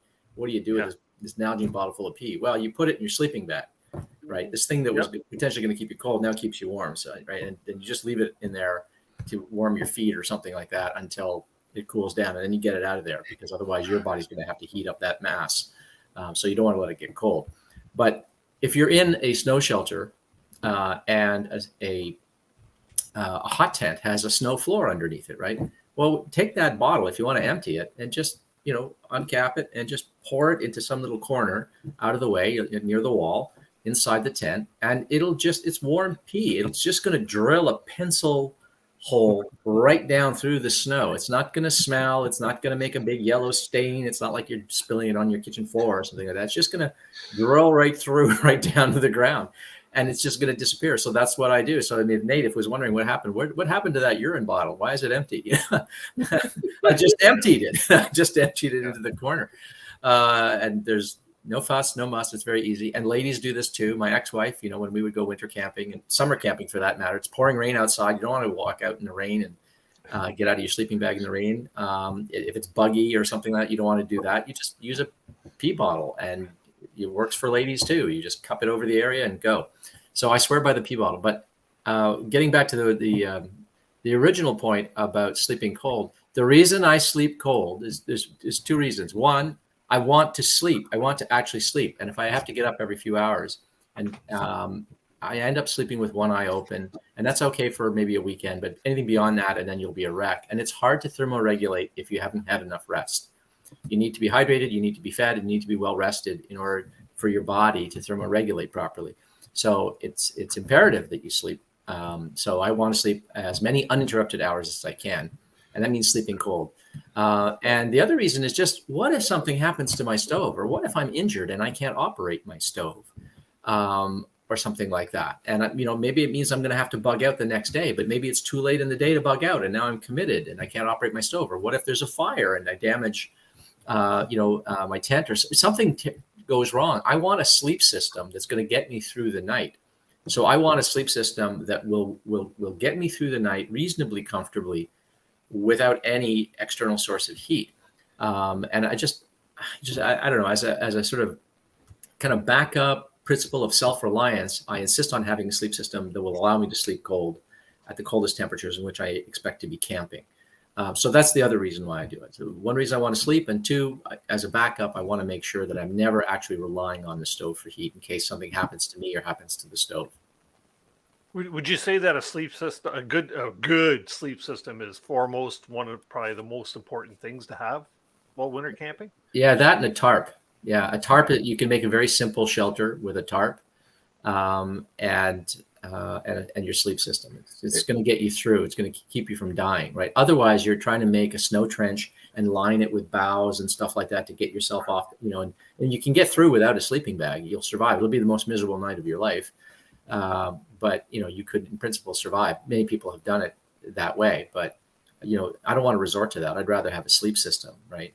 So I'd rather have some underlayers to get me off the snow, and a sleeping bag that is rated enough and has enough layers to get me through a night, and a tarp or something just to throw over the whole thing, over a line or something like that, to just keep the elements off of me in case it's snowing or something like that, and to block the wind and trap a bit of heat. When I was joining Lou of the North on that 22-day Mississinapi trip, I'm used to sleeping in a hammock. So the idea of sleeping on the ground was, different. I didn't have, sort of my ground game, perfected. So I went out and I got a really good pad, and I went out 4 or 5 times in the coldest weather that we could find down here. And I took a decent tarp and I put it up on a line, and I took my sleep system and I put it right on top of the snow. And my system needed to keep me warm at -30, -40 without the hot, without the stove, without anything. And it was really refreshing. I could, I was camping outside in the woods in the snow, and my setup took me 10 minutes, and ultralight, just a tarp and the open woods around me, and it worked. But it was practice, and it was really important to be able to have a system that I knew I could rely on if everything else wasn't going to work. So yeah, just to reiterate that, and also you've got other down items too. If you've got a big down parka, that's something to consider too. A big down parka, the parka that I've got for extreme cold has 32 ounces of down. That's as much down as I've got in my 15-degree sleeping bag. If my sleeping bag, if I melt the foot end off because it got too close to the stove and I slid off the pad, or anything can happen, right? I've got this other tool basically that I know I can rely on if something goes wrong. So you always got to kind of think about those things and not rely solely on your stove or your tent to be that one piece of gear that if it fails, you're screwed. You got to have your options. You got to think about all those things. Sure. Yeah. So, if I may, I'd like to go back to the pee conversation just for one thing, because somebody had posted in the comments, and this is for you, Christina. Heather wanted to know any tips in that area for ladies. Pee bottle's not as easy, even with a pee device. Any tips for the ladies out there? I just go outside. My going outside issue is not generally peeing. I have colitis, so there are nights where I'm going out 2 and 3 times a night to use the privy for other reasons, and that can't go in a bottle. I'm not trying to do that. But yeah, so I can't. I'm sorry, I can't help you with that. But I do know some women that use, peeinator or an FUD of some sort, female urination device, and combine that with a bottle, and they do that. And I've also heard that large Ziploc bags work well. I have maybe tried that once or twice, but other than that, I think Dave has more information on that. Well, I'll jump in at the risk of being a guy with a significant other. This is from the dollar store. Very wide mouth, integrated handle. Yeah, you don't need to say anymore. I think everybody gets it. Well, but I'm watching the comments over here, and I see people talking about shiwis and all these fancy things. Yeah. Honestly, and Martin alluded to it earlier. Ladies, honestly, this is worth its weight in gold. Susan would never leave the tent, winter or summer. It works. It's not big, but it's sufficient for the night, and it cost $1 at the dollar store. There you go. Honestly, Simple. I know it's an uncomfortable topic, but trust me. Yeah, that's exactly it, Carla. Yeah. Practice at home, man. Practice at home. Good idea. Works. Yep. And for the issue that I have, there are also remedies such as, a special small cooler or something a little bigger than your contraption that might work as well. Old coffee can. Can I go back to the sleeping option? Yeah. First of all, I can, and my sleep system will, let me survive if my fire goes out, or I cold camp. I have cold camped in -40, etc. I can do it. I just don't choose to do it. I don't know what it is. Like I said, I sleep very cold. When that 3 hours is up and the temperature starts dropping in my hot tent, my eyes start opening. It's just automatic. My body is like, it's starting to get cold.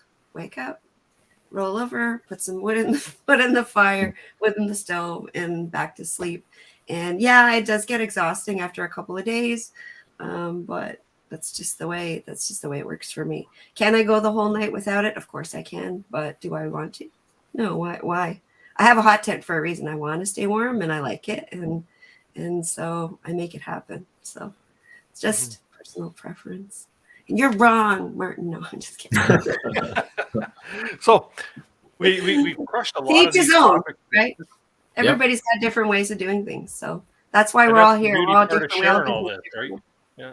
Pardon? Yeah, that's the beauty part of sharing all this is exactly. We can all learn from each other. There's all different ways of doing stuff. So for sure, let's talk a little bit about food in the backcountry when it comes to winter camping. There's a lot of different options you can do as opposed to summer camping. Mind you, fresh food will last in both seasons if you do it right, but you have different things with fresh foods in the wintertime as opposed to summer. You have this issue where your eggs freeze solid and stuff like that, right? Who's got favorite meals that you would take, say, either cold camping or hot camping? And any nice cut of meat, pork chops, steaks, all that stuff. It's all gonna, be preserved. It's not gonna spoil. You don't have to do anything special like you would the canoe camping. You can take steak for days. People don't realize this, but you can take steak for days if you know what you're doing. But you don't have to sort of start wrapping things up in vinegar soaked cheesecloth and stuff like that to preserve your meat or anything like that. So yeah, just big cuts of meat, bacon, like lots of fats, lots of greasy stuff, roast, what's that? Pierogi casserole, roast. Pierogi casserole is my new favorite winter camping. Oh, so good. Christina, I always get really hungry when I watch your videos. Whether it's in the summertime or the wintertime, you're always cooking the best meals out there. But I guess your caloric intake needs to be much higher too in the wintertime because you are burning calories. You are, your calories are heat, right? Mm-hmm. Yeah, Nick? Yeah, when I'm feeding a group, we're averaging about 5,000 calories a day is what I kind of set up my meals for. Like a typical meal for our snowshoe trips, one of my hands down my favorite food out there. I make a barbecue pork spaghetti, and we'll have like some like cheesy garlic bread on the side, and we'll have dessert might be pan fried pound cake with like strawberry preserves. So there's different parts of the meal to get those calories. But I gotta say, I'm a huge foodie. It's one of my favorite things about camping is eating good stuff out there. Right now I'm prepping for this winter workshop, and I'm looking at getting like 80 pounds of brisket and another 80 pounds of pork to prep for this thing. Having high calorie meals is important. One of the things that I see kind of pops up a lot is because it gets dark so early, people tend to eat dinner kind of early, like 5 o'clock, 6 o'clock, because it gets dark. So what do? You cook your dinner. But if you're going to be going to bed, say at like 7:30, 8 o'clock, and if you are going to sleep till 8 o'clock in the morning, it's a very long time to have no calories coming into your system. And so, you got to have really good calories. Some people will have a snack before bed if they tend to stay up a little bit later. But yeah, my favorite go-tos, if I'm going to be cooking something in a pan, or like I use aluminum Dutch ovens, actually cut the legs off.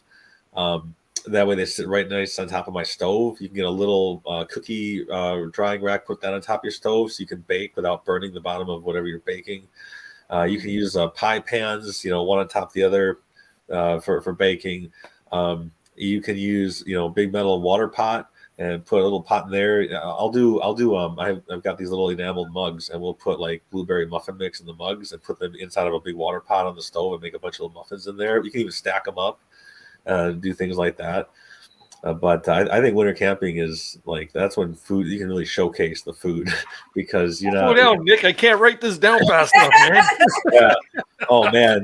You can watch it later and pause it. Yeah. Martin said, steaks, pasta. So like, let's say that you're not doing the hot tent thing, because most people aren't doing the hot tent thing.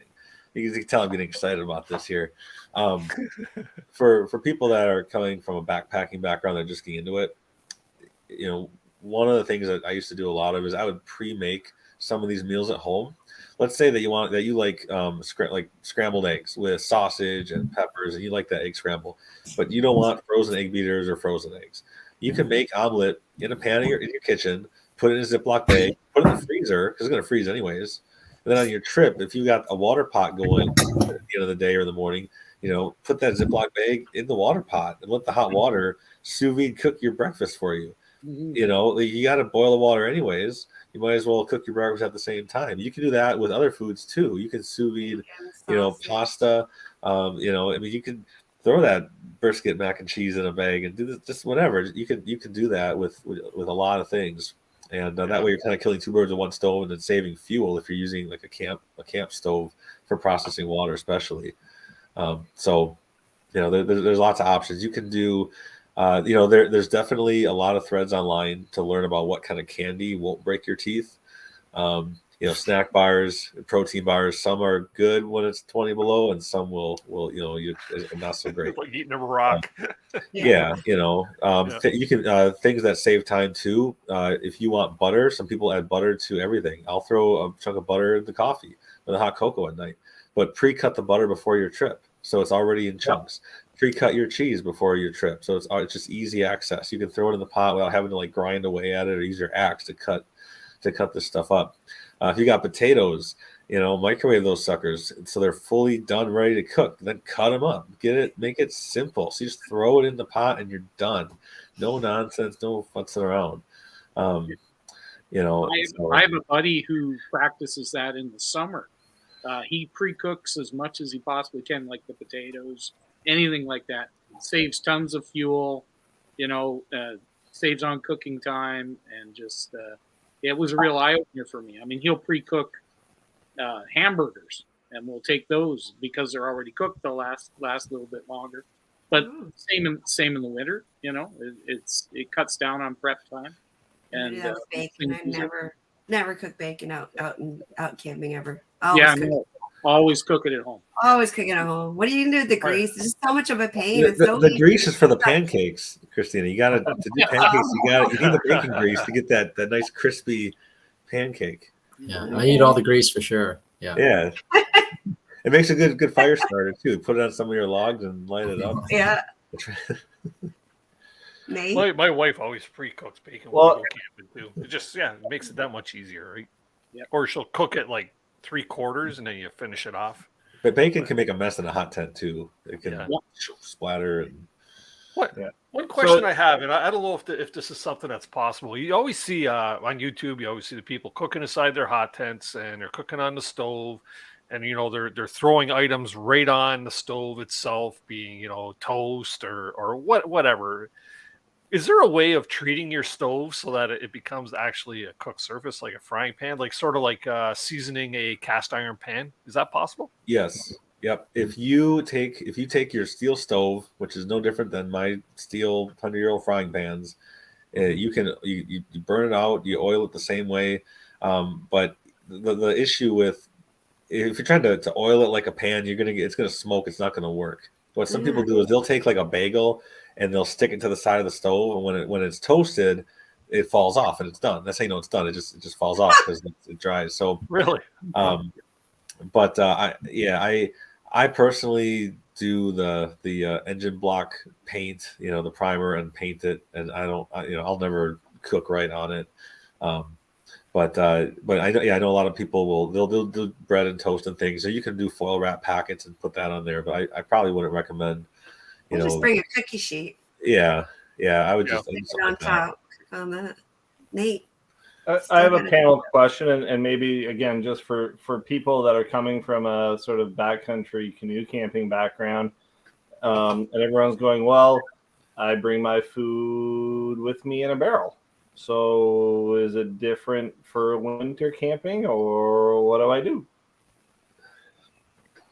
I just bring my food. I use an Ursack now. I try not to. I do an Ursack in the winter if I'm backcountry. Yeah, so I just use an Ursack, and I still keep my food outside for the most part. I hang it on a tree. I don't leave it in the tent. The same. I'm not worried about bears in winter, but there's every other kind of critter that's roaming around out there, and they'll get into your tent and they can do some damage. So I don't keep my food in my tent typically, unless I'm in the tent, and then that's fine. I'm not too worried. But I typically keep the food outside. Well, I think a lot of people not necessarily use a barrel. Like everybody knows that bears can get into barrels if they want to, but a lot of people become accustomed to using a barrel for food organization. Right? Super easy to layer, stack, package, etc., etc. So if you're not going to lug a barrel, what are some good ideas for people to say, well, how am I going to structure? How am I going to store? How am I going to organize my meals and my food if I'm not using a barrel? You can use big, heavy duty plastic totes. They work really well. You can use them as a table as well. They're really cheap. I get these black and yellow ones. I think they're like $10. Not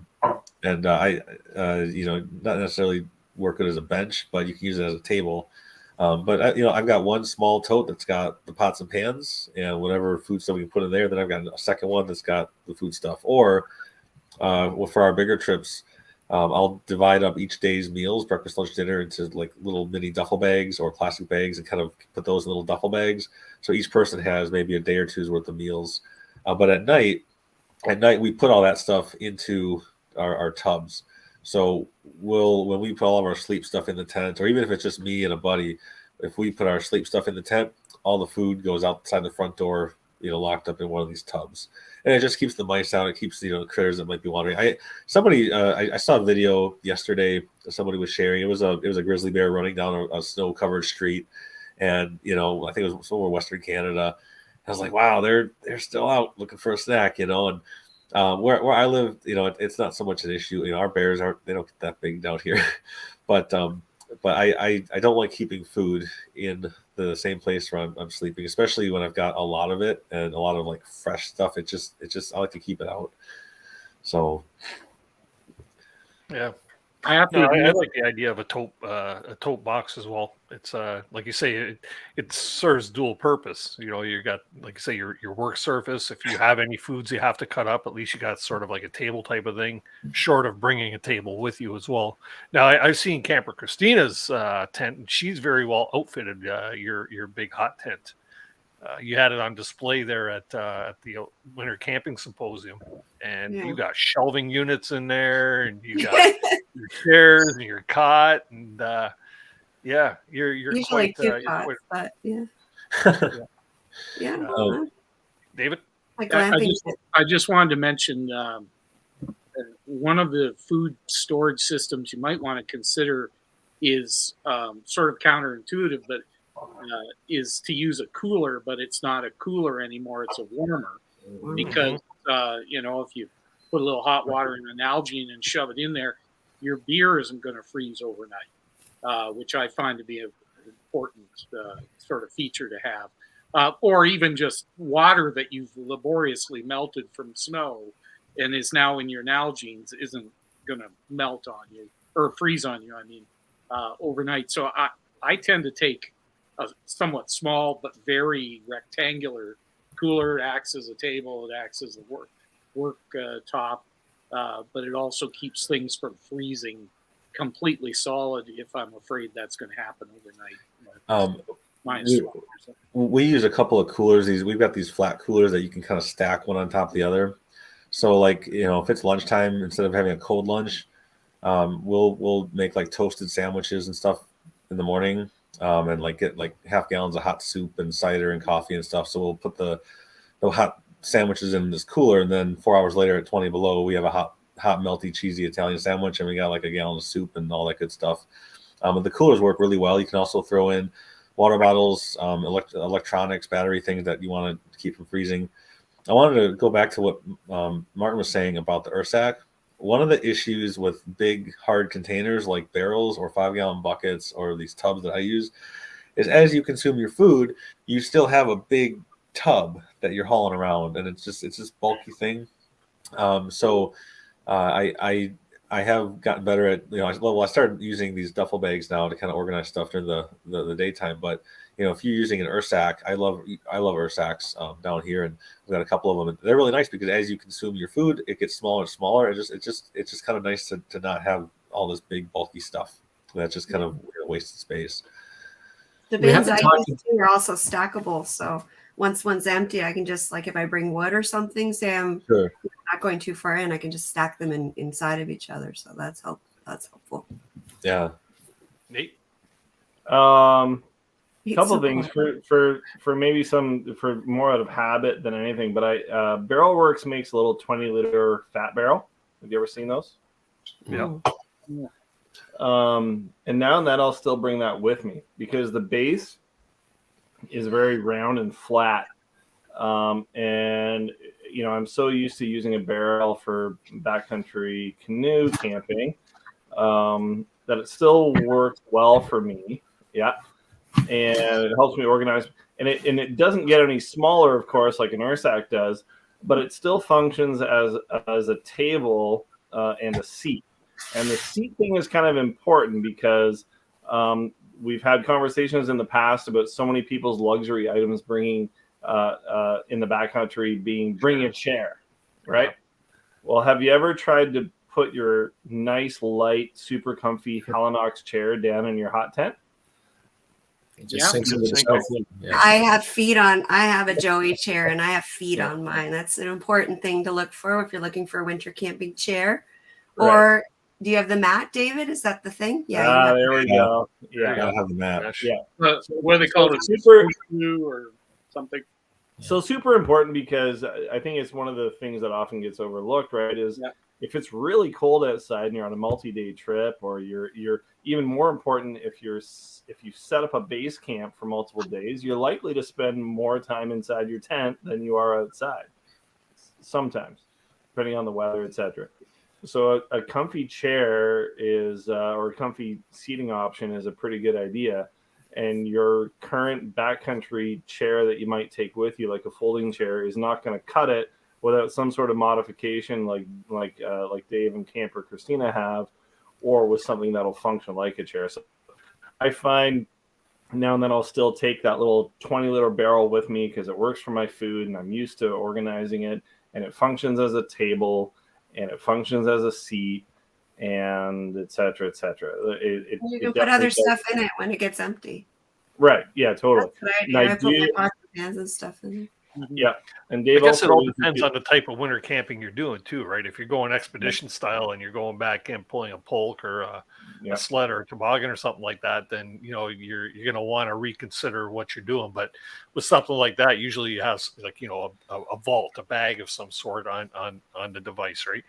But if you're going in car camping, then you could afford a lot more luxury when it comes to camping at Mule Lake or Killarney or Dave, you go to Balance, right? So I go to Browns or I go to McGregor Point.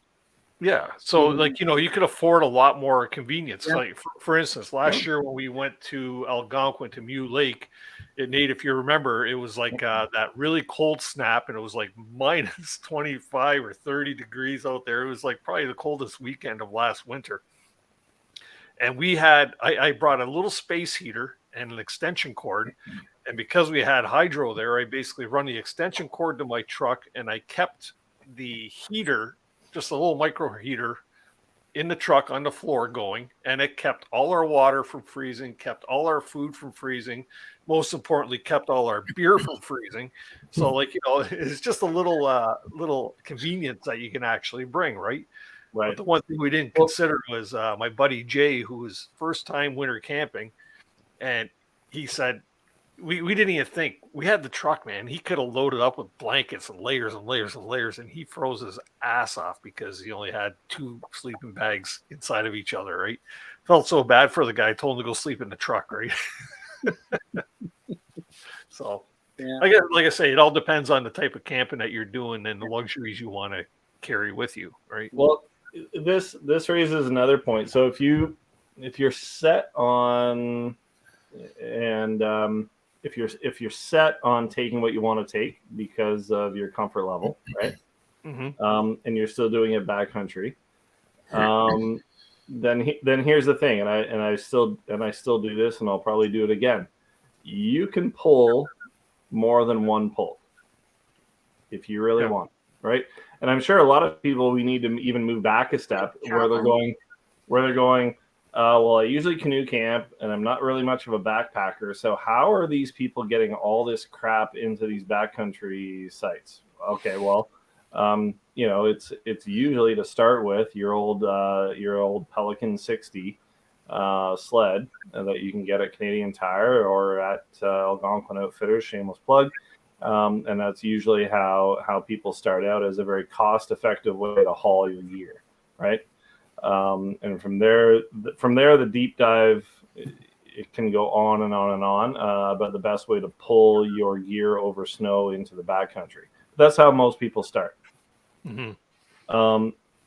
And that's pulling 2 is a lot of work, but if you're not going very far, then it's an option. If you're lake travel. Right. And if you're lake travel, even better. Now, if you're lake travel, it's not as easy. I would say this, and Pine Martin might chime in on this. pulling 2 pulks is probably better than pulling 1 pulk with a backpack on your back. Yeah, I would agree with that. Well, first of all, as soon as you got a backpack on your back, you're adding weight. So to your body, and you have to move your body. And so you're going to need bigger snowshoes with bigger flotation, or otherwise you're going to sink deeper. So every step is going to be harder when you're wearing a backpack if it's a significantly sized backpack. And I never wear a backpack when I'm camping, except a little day pack. If I'm going to go off on after I've made camp and I want to explore or something, I'll have a little light day pack that I can sling over one shoulder. But as soon as you have a backpack on, your back is going to get wetted out very, very quickly. And if you're sled hauling and you got a backpack on, then you're going to be soaked. Your back's just going to be drenched. I make sure that I don't have anything on my back. Not only that, but I make sure that there's always room in my pulk or on my sled, my toboggan, for layers of clothing so that I can actually take layers off. Because we haven't talked much about clothing, but one of the biggest mistakes that people make when they go out on these things is they'll bring all these layers of clothing, but they have no place to put it because their toboggan and sled is just so crammed. They haven't given consideration to what am I going to do with the layers I need to take off when I start sled hauling, right? And so they don't take off their layers. And so they've got layers and they're all unzipped and unbuttoned and stuff like that, but they're still getting sweaty. Take that into consideration. Now, I have to say, I have only once hauled a train of sleds, 2 pulks, one behind the other, and it wasn't terrible. It was hard to do corners and stuff. It was a bit fussy. There was a lot of jiggery pokery going through the woods and stuff like that. But that's true with a sufficiently long toboggan. I mean, Nate and I, we did a trip, and we ended up going through this low-lying marshy area, and thank goodness Nate was there to help me get the toboggan through in certain areas, because it was tough going. And if they had been sort of linked together like a train or something, that would have been even harder. But as long as you're going reasonably flat, that's a great way to go. Distributing the weight over a wider area is better than just piling up one big sled. Yeah, Jim here is saying that it's also better to pull 2 lighter ones than one super heavy one. Right. So it also makes a difference. I mean, this is something that I found wasn't sufficiently sort of communicated to me when I got started backcountry. But I mean, there's so many different ways to attack going into the backcountry. I mean, some people absolutely stick to snowmobile trails. And lake travel, snowmobile trail, you get to a certain point, you go 300 meters or 200 meters off at 90 degrees. There you go. Boom. Your pulling was amazingly smooth for you because you're on a packed trail. Other people are doing woods in 3 feet of powder, no trail, just, what they're, and they're 2 totally different animals.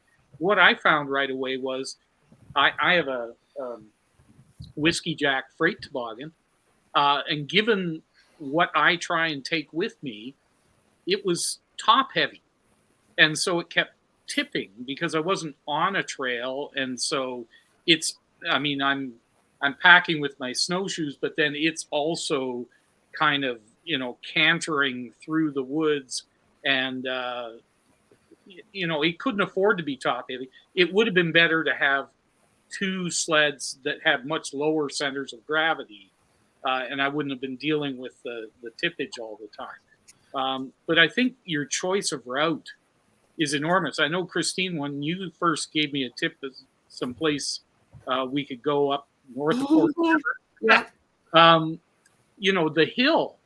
the hill is daunting, and it's nothing. It's nothing. In the summer, you would walk up it and not even notice it. But in the winter, when you're pulling things and it's ridiculous. Yeah. So your route choice and your choice of how you distribute the weight on your sled and the load on your sled and avoid the trying to have it top heavy so it's tippy is something I need to work on a whole lot more. And in fact, I've bought a second toboggan, a wooden one, that I'm going to cut in half just so I have a little caboose to put my stove on, so that when I hit a hill, I can leave it behind and pull up and then go back and get that. And it'll solve some of the top heaviness and stuff, and it'll distribute the load a little bit more. At least that's my thinking. Yeah, Dave's got a lot of good points in there. When you're getting into this, look at your environment around you, and decide where you want to go. So here in Wisconsin, we don't have the lakes and waterways that you have access to up in your area. So we have a lot of hiking trails and thick woods. If I want to do big open water lake trips, I go to the Boundary Waters. So around here, there's a lot of thick woods. So if you're on, trails in these thick forests, a shorter sled, kind of like with a canoe, the longer your canoe is, the faster, it can move, and it's just, you can put more stuff in it, but it's not as maneuverable. Those big long canoes are for touring.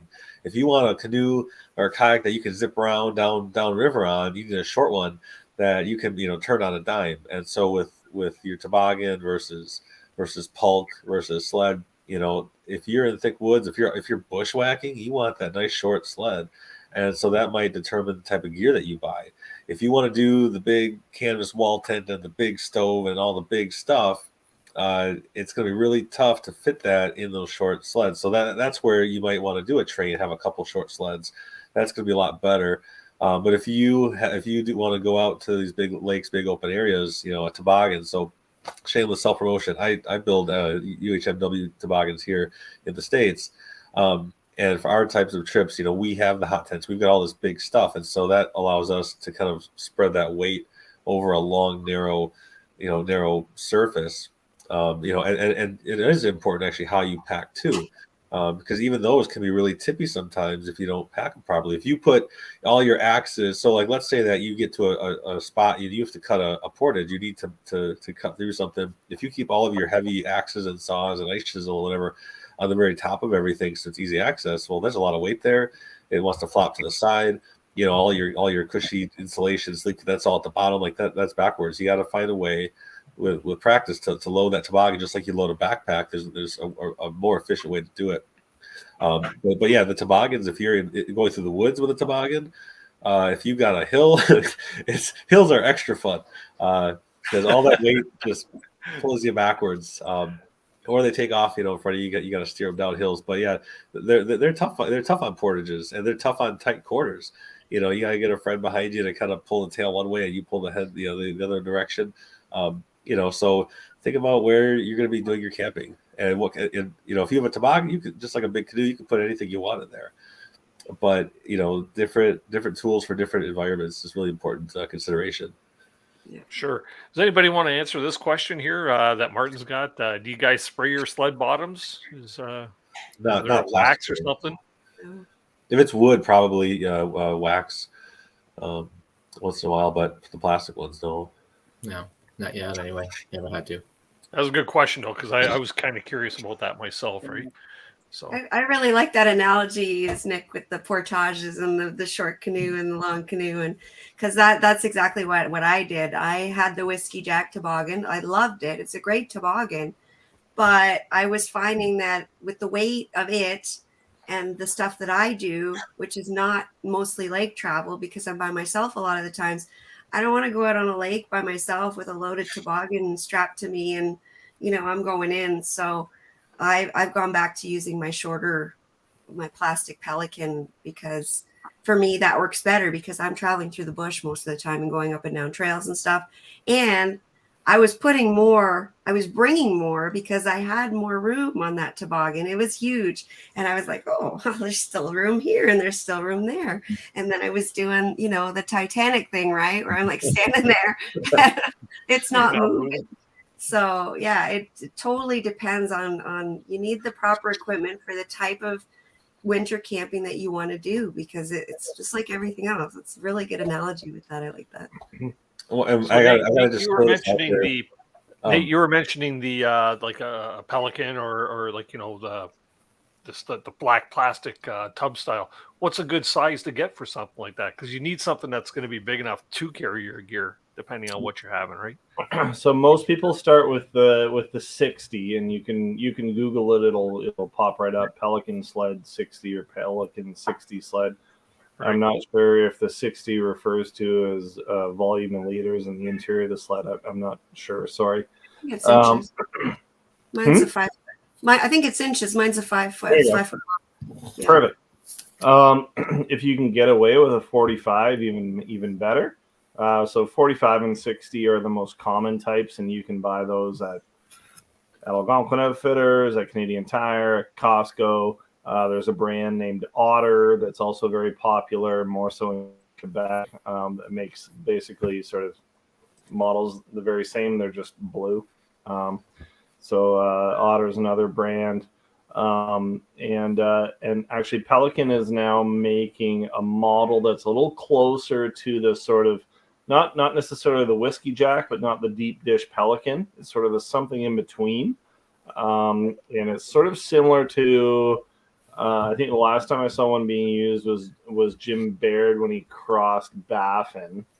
And he had those yellow sleds. I think they were yellow. Anyways, Pelican's making one like that now. So it's sort of like a hybrid between the really flat, no ledge Whiskey Jack sleds and the really deep dish Pelican or Otter sleds. So those are worth looking into as well. And yeah, Nancy W saying 66-inch poly Megan Toboggan from Home Hardware. Same sort of idea. Basically, it's a high-density polyethylene plastic, slides easily along the snow, and usually takes a fair amount of abuse under cold temperatures. But it's not bomb-proof. But it's inexpensive, and it's a good way to sort of get things going for you. Cool, very good. Dennis, do you mind if I just jump in and share a little modification? I know one of the nice things about any sled that you have is you end up modifying it, to your own needs, whether it's the strapping system you use or whatever. One of the knocks against the freight toboggans is that when you're on a side hill, they do not tend to track as well as the deeper Pelican style, because they either have channels in the bottom that help it to run, or just the steep sides are down into the snow a bit, so it's not going to go sideways. But I ran into somebody recently that had a freight toboggan. I'm not sure what brand it was, but what they did was they took angle flanges that they bought at Home Hardware. They were triangular, kind of like teeth shaped, with a flat and then a triangle. So actually they were trapezoids with a flange, and they bolted or screwed them, I forget which, onto the sides of their freight toboggan so it would track a little bit better and not move sideways. So just training wheels. What's that? Snow training wheels. Training wheels, exactly. Yeah. Something else you can do is you can. It's kind of hard to describe, I guess. But you can get a piece with like angle aluminum on the tail of the toboggan. You've got your final sort of tail crossboard. Usually, a lot of people put like a stove on the back end there. You can put underneath the stove. Let's say they get to a steep portage. You can have this little piece of aluminum that you just slide under the stove. That's got your little wings sticking down into the snow, and it's going to stay in place because it's pinned against the board in the back and the stove's on top. And having those wings at the tail end are going to keep that tail from swinging as you're going over the portage. And you can just pop it off when you're done with it, and it takes up no space at all. It's something that I've been kind of toying with on my end for our toboggans here, because we do have a lot of hilly trails and things. But it doesn't need to be anything really spectacular. You don't need to all of my little pulp sleds. So down here we have Otter, we've got Pelican, we also have Jet Sled. We use the Jet Sled Juniors because the regular size it's a little bit wider, and the bigger they get, the wider they get, and so we try to keep that 22-inch or so width. But all of mine, I usually put like PVC cut in half pipes riveted to the bottom or something to give some traction. But for the toboggans, they're super slippery, so they can go right off of a cliff. In fact, I carry some hefty climbing pulleys out there. If I need to haul a 150-pound sled with a person holding on, we can make it happen. It hasn't happened yet, but yeah, if you just put a couple little fins, even fins that aren't permanently attached on the tail end of the sled, it'll keep it from swinging off that hill. Yeah, it's called a skag, and it really works, and it always has to be at the back. Yeah. Now, one thing I want to ask is, and just find out what you're all doing. Suspension for pulling these things, hip straps, rope or the solid tubes with the X stuff. What are you doing to create, first off, a hip belt or something? Is there ones you can buy, or is there a way of making them? You can buy hip belts at the hardware store, or your tool belts. You can get them off an old backpack. Christina's got one right there. It looks like from a backpack. I mean, that's probably the easiest. Yeah.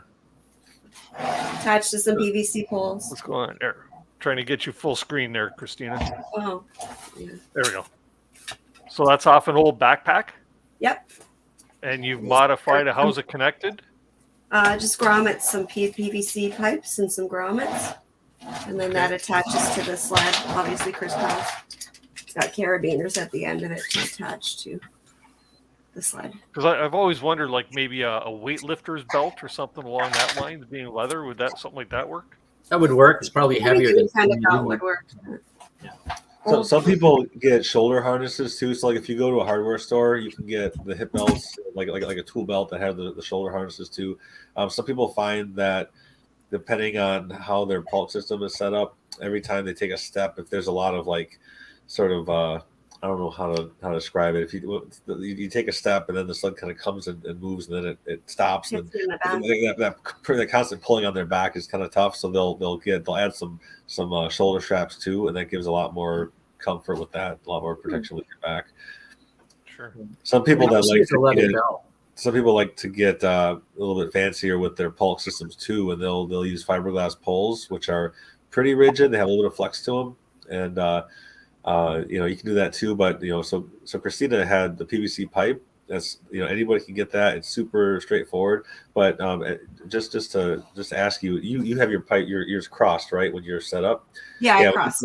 When you cross those, it turns your pulk into a vehicle to move your equipment. That's really efficient. It moves with your body. If you were to make a tight left turn on a trail, the pulk will naturally want to go off to the right and go around that curve, just like your body is. If you need to back up, you have more control, almost like backing up a vehicle by having those poles crossed.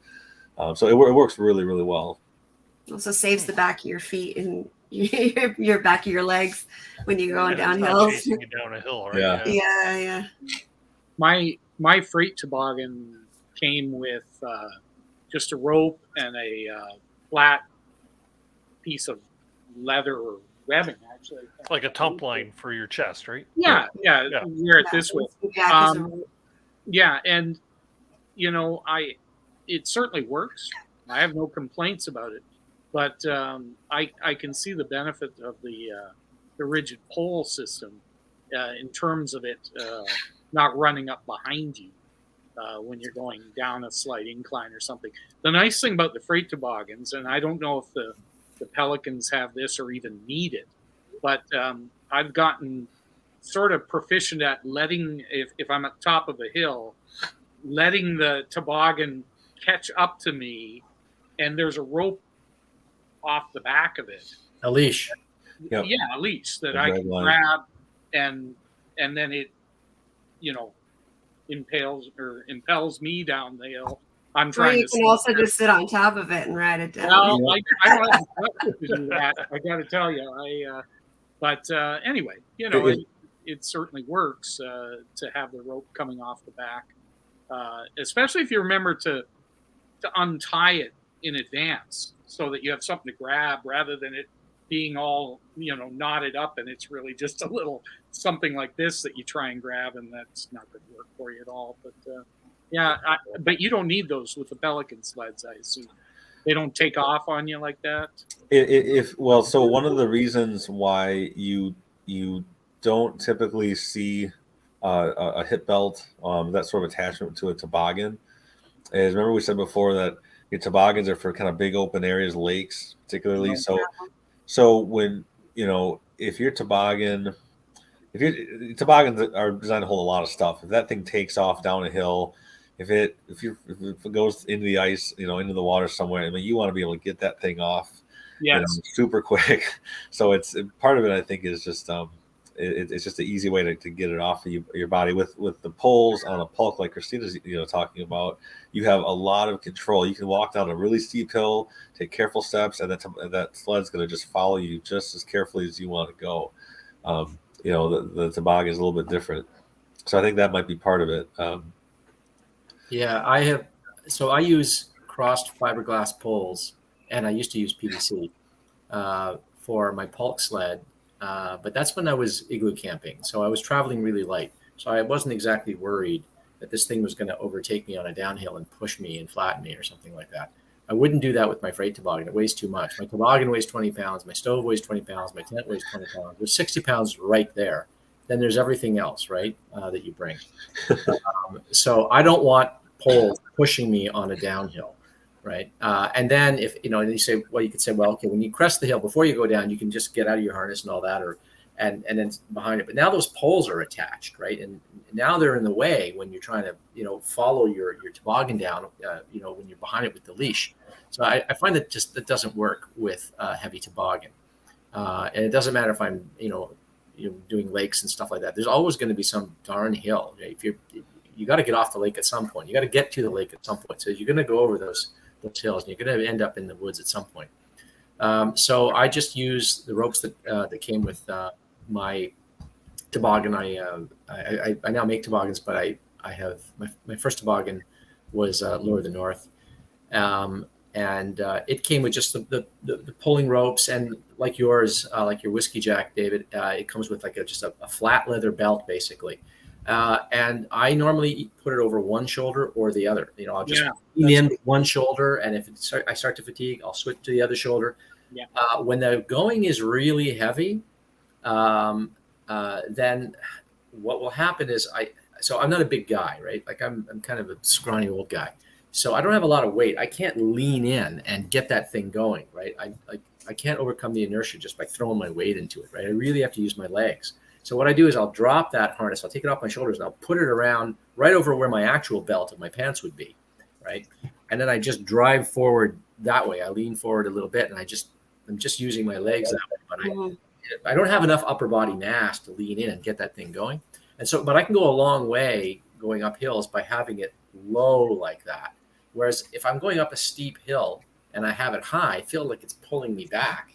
For sure. Low, it doesn't pull me back. So I keep it low on an uphill or when the going is tough. And when the going is good, then I'll just throw it over my shoulder and, it's not pulling me back. But the poles I reserve strictly for when I want to go igloo camping because, my rig weighs nothing when I'm igloo camping or if I'm going to go in a Quincy or some other snow shelter. I think what we're overlooking is the real benefit to having a partner with you because you can distribute all the weight on two different either two toboggans or whatever. So whoever talked me into soloing, I think it was Christina. You forgot to mention that you should always bring somebody with you just to haul things. To carry all your shit. That's been overlooked here in this conversation. Yeah. That's a secret. Yeah.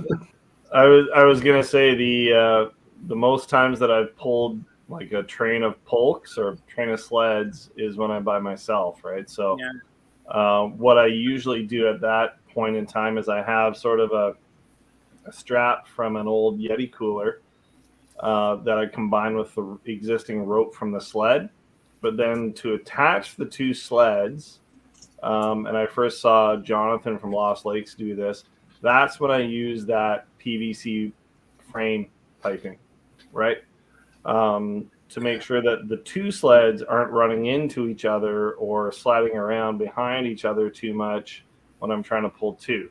But it took watching Martin a few times to be able to get comfortable with just having that sort of rope around one shoulder or the other to pull my sled and then sort of control it on the downhills and then use it around my waist on the uphills. Because what I've found is if I was just trying to pull my sled right from my belt the entire time, anytime I had to go up, after a while it would just kill my hips. It would really wear down if I had a bunch of weight in that sled. So what I found is a good combination for me when I'm solo and I'm having to pull two sleds is you've got the rope and it's sort of a padded belt of some sort to go around one shoulder or the other or around your waist when you have to.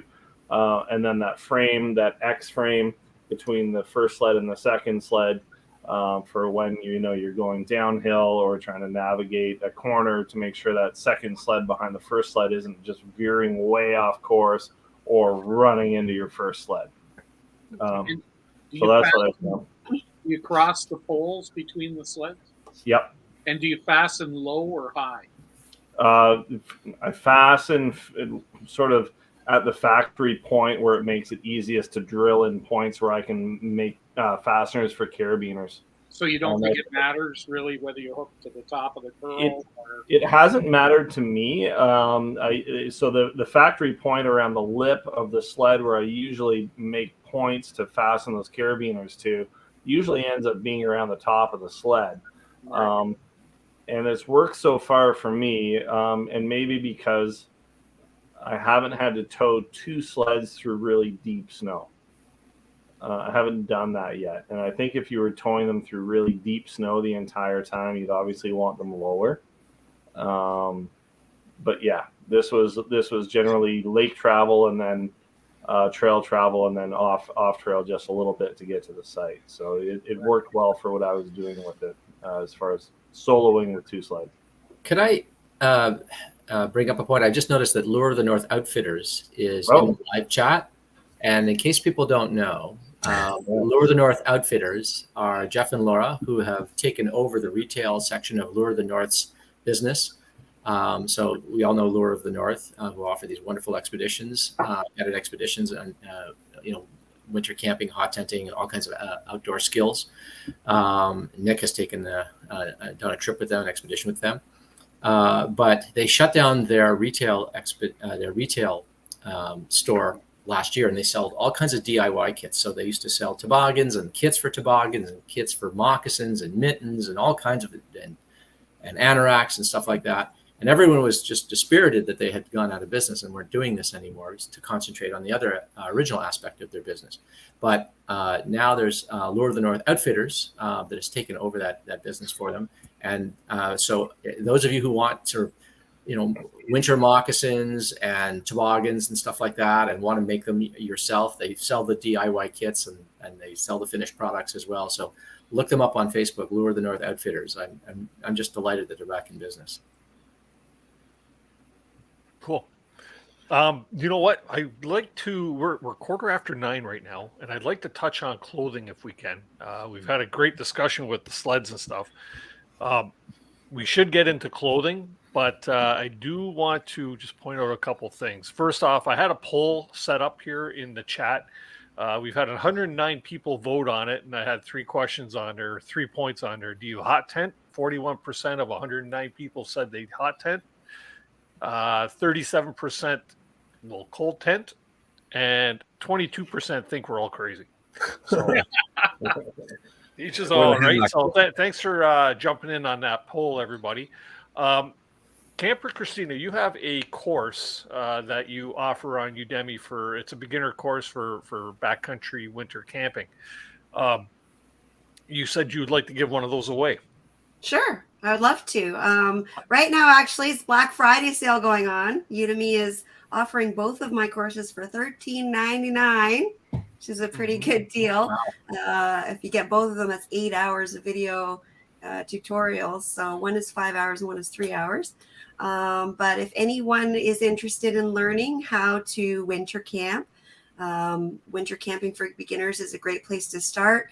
I cover hot tenting, what I call worm tenting, which is at a campsite with using your original summer tent and just a space heater or whatever, and then cold camping. So all of that is in there: clothing, food, shelter, all of the things.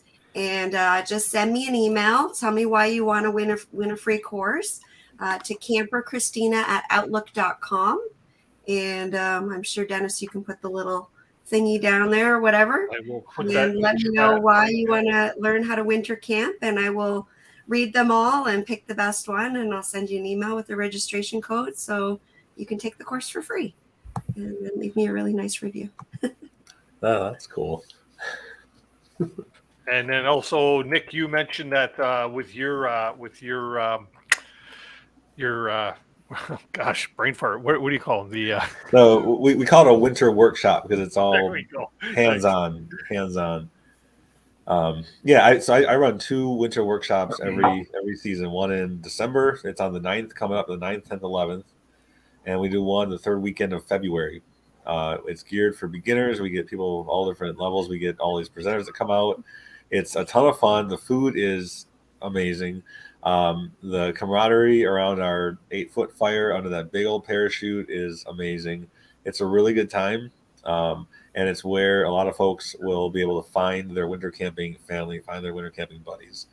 So I'm going to follow Christina's lead here and say if anybody is interested in, and you can read more details on the website nowoutdoors.org, but if you're interested in coming out for a 3-night or a 3-day, 2-night winter camp out, even if you've just got your summer gear and you want to just try it right now, we have gear available. We can make it happen. Go ahead and shoot us an email at info@nowoutdoors.org. Tell us why you want to come out and sleep in the cold, and we'll go through these again, and you can decide which event you want to do. We've got, like I said, one coming up really quick here, and one's in February. It's a really good time. So there we go. So I just posted that in the chat there. The email addresses for both of your little giveaways there. I shouldn't say little because they're both great prizes. Gosh, can I join? Yeah. Okay. You've already taken my course. Yes. And you know what? Unnecessarily. No, you know what? The funny thing is, you say that all the time, but you know what? Whether you're an experienced backcountry camper for either one of your courses, your summer backcountry camping or the winter camping, whether you're experienced or not, you're still going to pick up tidbits of information that you'll find useful. You know what I mean? And that's what I appreciated about it. Like, everybody likes to think they know everything out there, but we don't know everything out there. Oh my God, I learned so much tonight just sitting here listening to it. It's great. Yeah, I like the food segment especially. So let's get into chatting a bit about clothing. Clothing is so important when it comes to winter camping, no matter whether you're front country or back country. Let's talk about base layers first. Nate, we'll come to you on this first because you're in the retail end of things. What are the hot things, or no pun intended, what are the hot things that you should be looking for when it comes to picking up base layers for winter camping? Well, I'll say this: base layers for winter camping are a little bit different than what you would call a base layer for sort of downhill skiing or cross country skiing or snowshoeing, right? So that's a good distinction when people start thinking, oh, well, I bought some Helly Hansen base layers a couple of years ago for my ski trip, and they work just fine.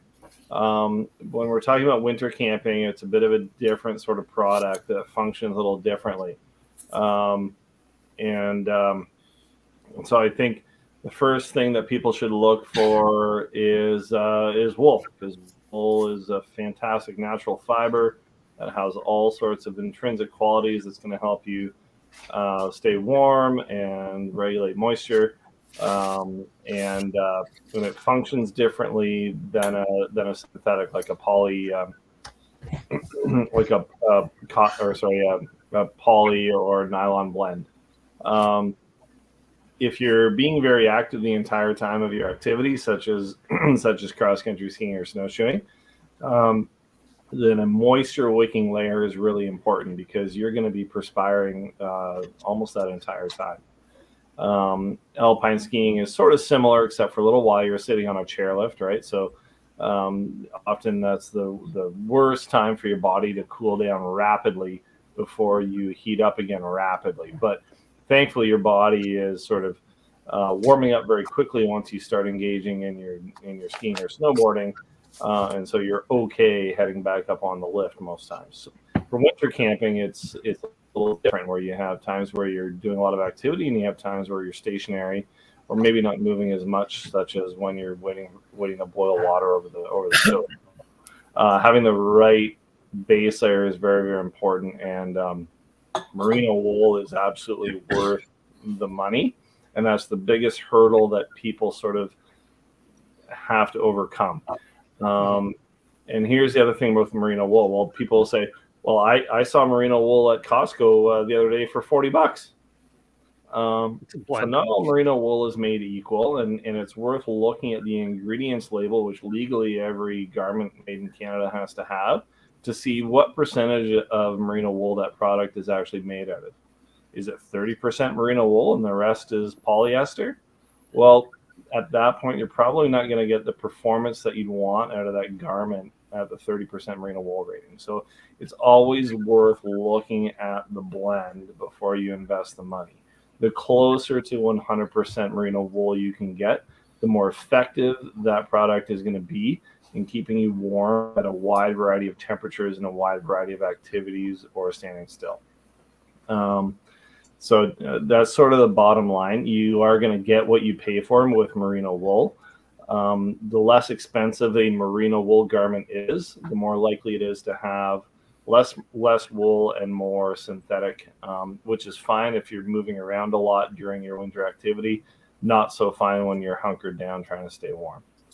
And I think that as far as base layers, Martin's sort of an expert at actual temperature regulation, and so he might have a bit more to add to that. But it's really important that people sort of make that leap between sort of the cheapest thing they can find in terms of a base layer and versus something that's actually going to keep them warm when they really need it to. Interesting. Yeah. So merino wool seems to be all the buzz these days for sure. Now you say it's expensive, and I've seen some garments, and yes, they are quite expensive. Is there anything a little more budget minded that people might be able to find that's a good thing? Yeah, wool. Just wool. So, yeah. So there's wool, and then there's merino wool. It comes from two different species of sheep. Merino wool mostly comes from sheep that are a New Zealand species of sheep.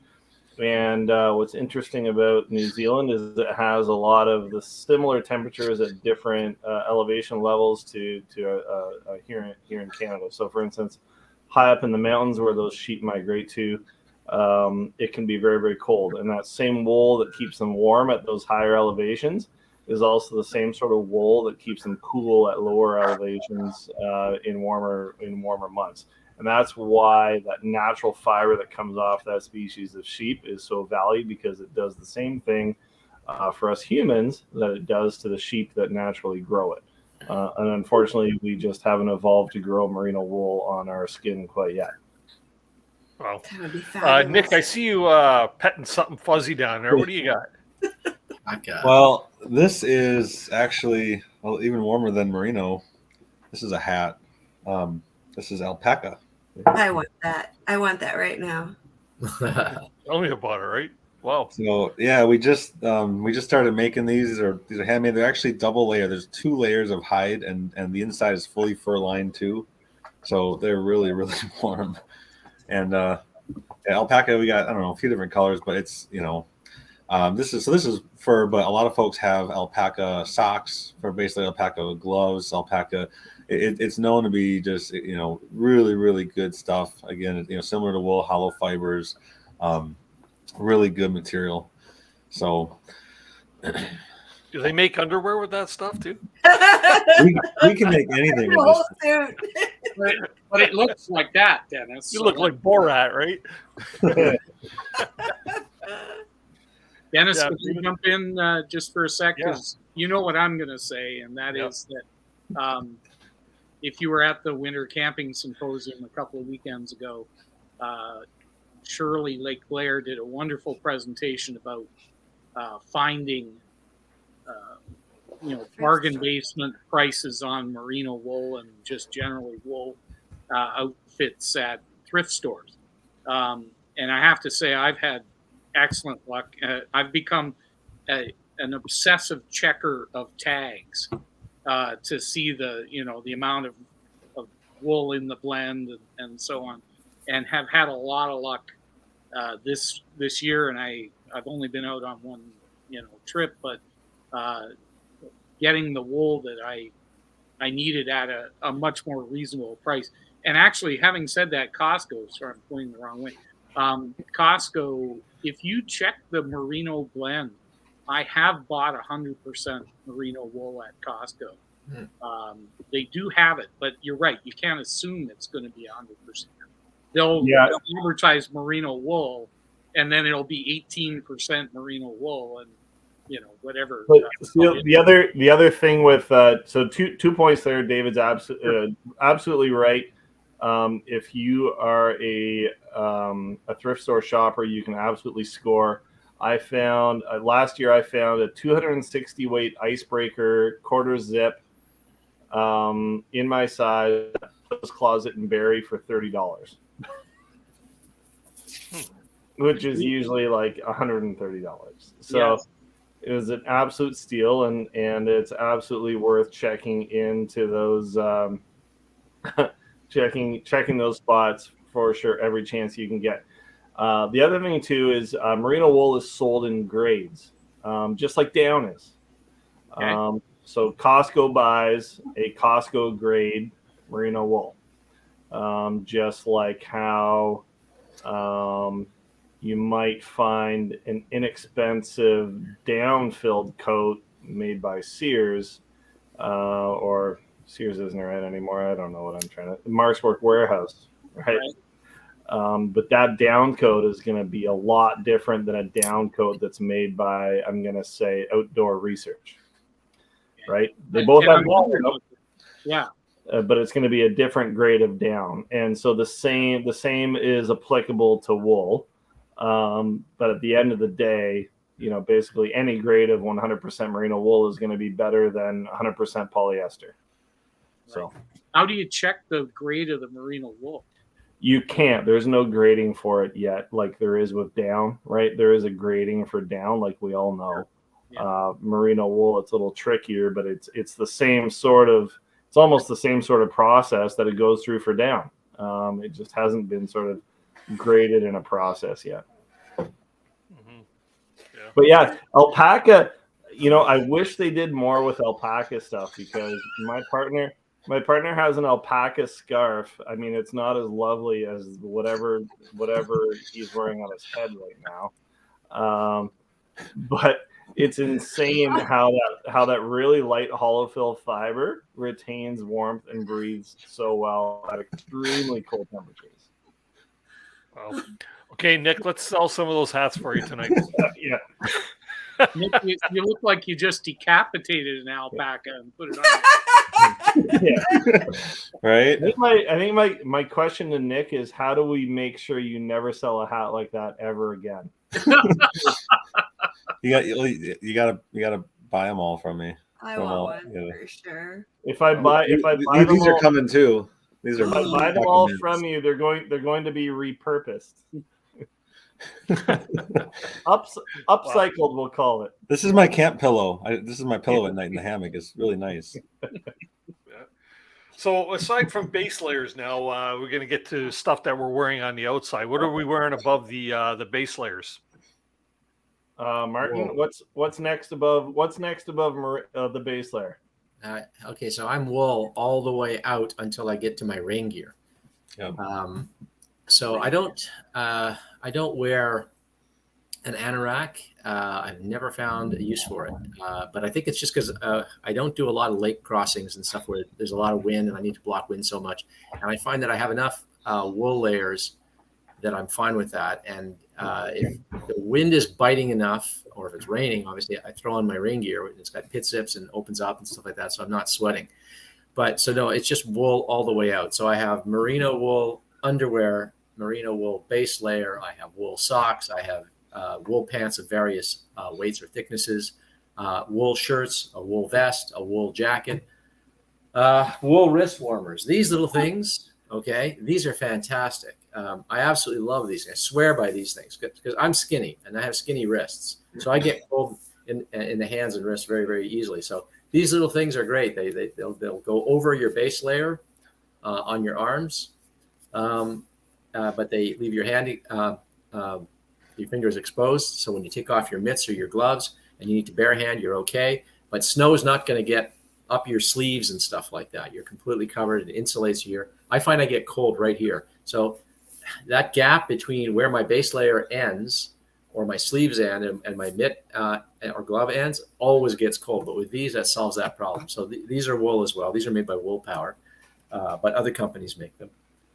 Some of those for this region right here. Well, I mean, I used to make my own. I used to just go out and buy sort of a blended wool, synthetic sock, and I would just cut off the toes and, sort of whip stitch around the edges and cut a hole where the thumb would go and whip stitch around that, and I would put that and make little wristies out of that. But those are great. And I have wool scarves. I have a merino wool toque that I use. I have another hat that I used to sleep in, and then I have a big hat that's it's kind of a faux fur hat, leather on the outside, faux fur on the inside. It's kind of like that alpaca style hat with the flaps and all of that. So yeah, I just wear wool all the way out up until I get to my rain gear. And so if it's raining or if the wind is just absolutely bitter and blasting through all those layers of wool, which I have to say has only happened on one occasion and only for a couple hours, then I throw on the rain gear.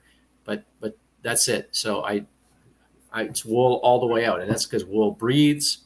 All of my clothes are oversized and loose and baggy. I have this theory that I've articulated. I mean, I didn't come up with this, but just the description is that you want your clothes to be loose and baggy so they act like a bellows, right?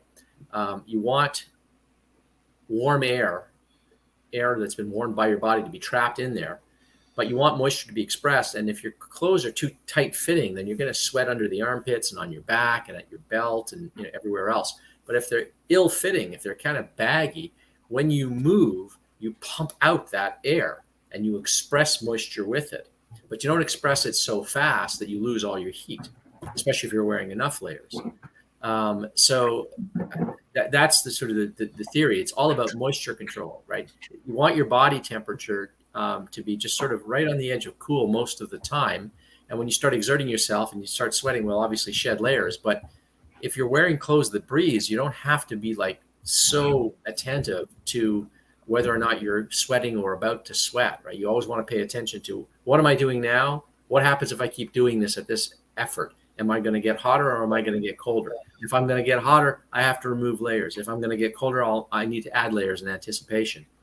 So you're always trying to anticipate whether or not you're going to sweat. So for me, it's all about moisture control. Temperature control, comfort is a kind of a long-term plan, and it's about moisture control and regulating your body's moisture. And if you can do that by wearing layers that breathe, especially wool layers that are resistant to fire and sparks and that do breathe and do insulate, you will be fine. But make sure that they're loose and baggy. My pants are like just these big pantaloons that look like pirate pants or something like that. They're really big and baggy, and they seem ill-fitting, but it really works. It really traps heat in there, and it keeps me dry. And then the same goes for socks, and the same goes for footwear in temperatures that will permit it. When it's cold enough that it's not sopping wet snow all the time, I wear these. So these are winter moccasins. These were made from a kit by Lure of the North. Sorry, by the way, I have no affiliation with Lure of the North. I was plugging them earlier. I was giving them a shout out, but that's because the products are great. And so the moccasin lowers, this happens to be deer hide. The uppers happen to be moose hide, but you can make them out of whatever hide you choose from. They're lined inside, not surprisingly, with big felt wool liners. Okay, just like you would wear in pack boots or something like that. And what's great about these is that they breathe, right? They express moisture right through the hide. And so your feet stay dry even when you've been wearing them for hours. And even when you're inside in a hot tent where it's warm, right? You can take them off and dry them easily in a hot tent. But the point is your feet just don't get that wet.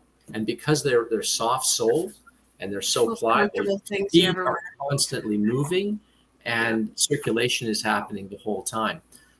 So this is another huge key garment for me. In milder temperatures, I'll wear pack boots. So if the snow is going to be wet an awful lot, I will use pack boots, which is the big old rubber, what we used to call skidoo boots when I was a kid. And they have the felt liners that you can take out and put in a dry pair and stuff like that. That's the next best thing in my book. Martin, you also have I don't know if you came up with the phrase or if you borrowed it from someone, but I think it's a fantastic point that a lot of people aren't aware of or haven't learned yet, and that is that whole idea you have of, I think you call it hiking or walking the cool edge. Yeah, riding the cool edge or riding walking the cool edge. And I think that's worth mentioning because I know in my own life, I go, just even if I go day snowshoeing with people, there's always 2 or 3 people in the group that are way overdressed. And after 5 or 10 minutes, they're already peeling off layers and they never can get warm because they're already too hot. Yeah. And so, I don't know, it's probably worth, since we're discussing clothing, just that whole theory of underdressing so that your body has to work to keep you warm. Yeah. Okay. So last year I did a whole post on footwear and how to dress to stay warm. And I wrote a post on sort of an attendant post with that called Riding the Cool Edge. So Riding the Cool Edge, and I'm going to repost those on Facebook shortly. So if you go to my Facebook page, just look up Pine Martin or Martin Pine. I'll be reposting those in the coming days. But Riding the Cool Edge is just an expression that captures the idea that you don't want to be warm. So what most people do is they'll go to where they're going to go snowshoeing or hiking or camping or whatever, and they got the heat on in their car and they're driving and they're wearing all of their, their winter clothes. They don't have the big parka on maybe, but they've got most of their winter clothes. They got their base layer and their wool socks. They're wearing their boots. I don't do that. First of all, I don't wear my boots. I don't even wear my moccasins. I take them off. I drive in my socks. Okay. Or put on some slippers or something like that. But the idea is you don't want your footwear to be full of sweat by the time you get there. And that's what's going to happen if you wear all those clothes. And I turn the heat down in the vehicle as I approach where I'm going. I'm trying to get my body primed for the cold. So earlier I mentioned when you walk out of a building that's air conditioned on a hot summer day and you walk out into the heat and you feel that wall of heat, you immediately feel the heat. It's uncomfortable, but you don't start sweating immediately, right? All that vascular shunting and perspiration and all those mechanisms for temperature regulation in the heat, they take time. But they don't just take time, they take reaction by your body. Your body has to feel the heat. It has to register the heat before it knows, oh, we have to engage in vascular shunting. Oh, we have to, start perspiration, right? It's the same thing with the cold. Your body's not going to turn on that metabolic furnace and start amping up the caloric burn to keep you warm and engage in a different kind of vascular shunting to keep you warm. It's not going to do any of that unless you let your body feel the cold. So if you're in a warm car and you get out of the car and you throw on all your layers and you want to be as warm outside as you were in the car or you are inside your home, what will happen is your body never feels the cold and your body never is actually doing what it is fully capable of doing, which is keeping you warm in considerably colder temperatures than you think. And so what you have to do is take off layers and start off cold and let yourself warm up. And that means maybe 20 minutes of significant discomfort, not pain. You don't want to be in pain. Obviously, you're not wearing enough if you're in pain, but let yourself feel some discomfort. Let your body feel the discomfort. Let it register it. And then it starts doing its thing. Okay. And then you'll probably find that you don't need to layer up anywhere near as much as you thought. You might not need to layer up at all. You might start taking layers off. So the idea of riding the cool edge is you want to feel cool. You don't want to feel cold, but you don't want to be comfortable. If you're comfortable, you're already sweating too much. And so if you let yourself be cool, you'll be fine. So just suffer the coolness. So ride the cool edge, and you will not sweat anywhere near as much as you would otherwise. But it's counterintuitive because everyone wants to avoid feeling the cold, but you must let yourself feel the cold. And as a result, throughout the course of the day, when you stop moving and aren't as active, you're not immediately going to be suffering the cold. You will suffer less in the long run if you let yourself feel the cold initially and let your body do what it's capable of doing. Let it adapt to that cold. Interesting. That was a great point there. That was really good information. I wanted to throw out some really common things that you brought up that I see all the time. I will have somebody in my hot tent with all their base layers on. They have the whole shell, everything on, and they are still cold. It's rare. I work with people to minimize that situation. It's a bad situation to be in, but they'll have all their layers on, and it's like, okay, you know, you say you're cold, let's take off the coat. It doesn't make any sense to take off my coat. You got to take the coat off. This tent is warm. You got to get we got to start drying out. People come to this workshop and half of them have footwear that's probably not going to be the best. The feet get cold. First thing I do is say, okay, how many socks do you have on? If you got more than 2 pair, for sure, we're taking a pair off, or just untie your boots. Just unlace them. You sit by the fire, just unlace them. Let the blood flow. These are really common things. But that just being aware of that, it seems like it's counterintuitive for a lot of folks, but moisture is the enemy there. And I think that is another point that you folks have to make to people, is that you have to buy oversized clothing.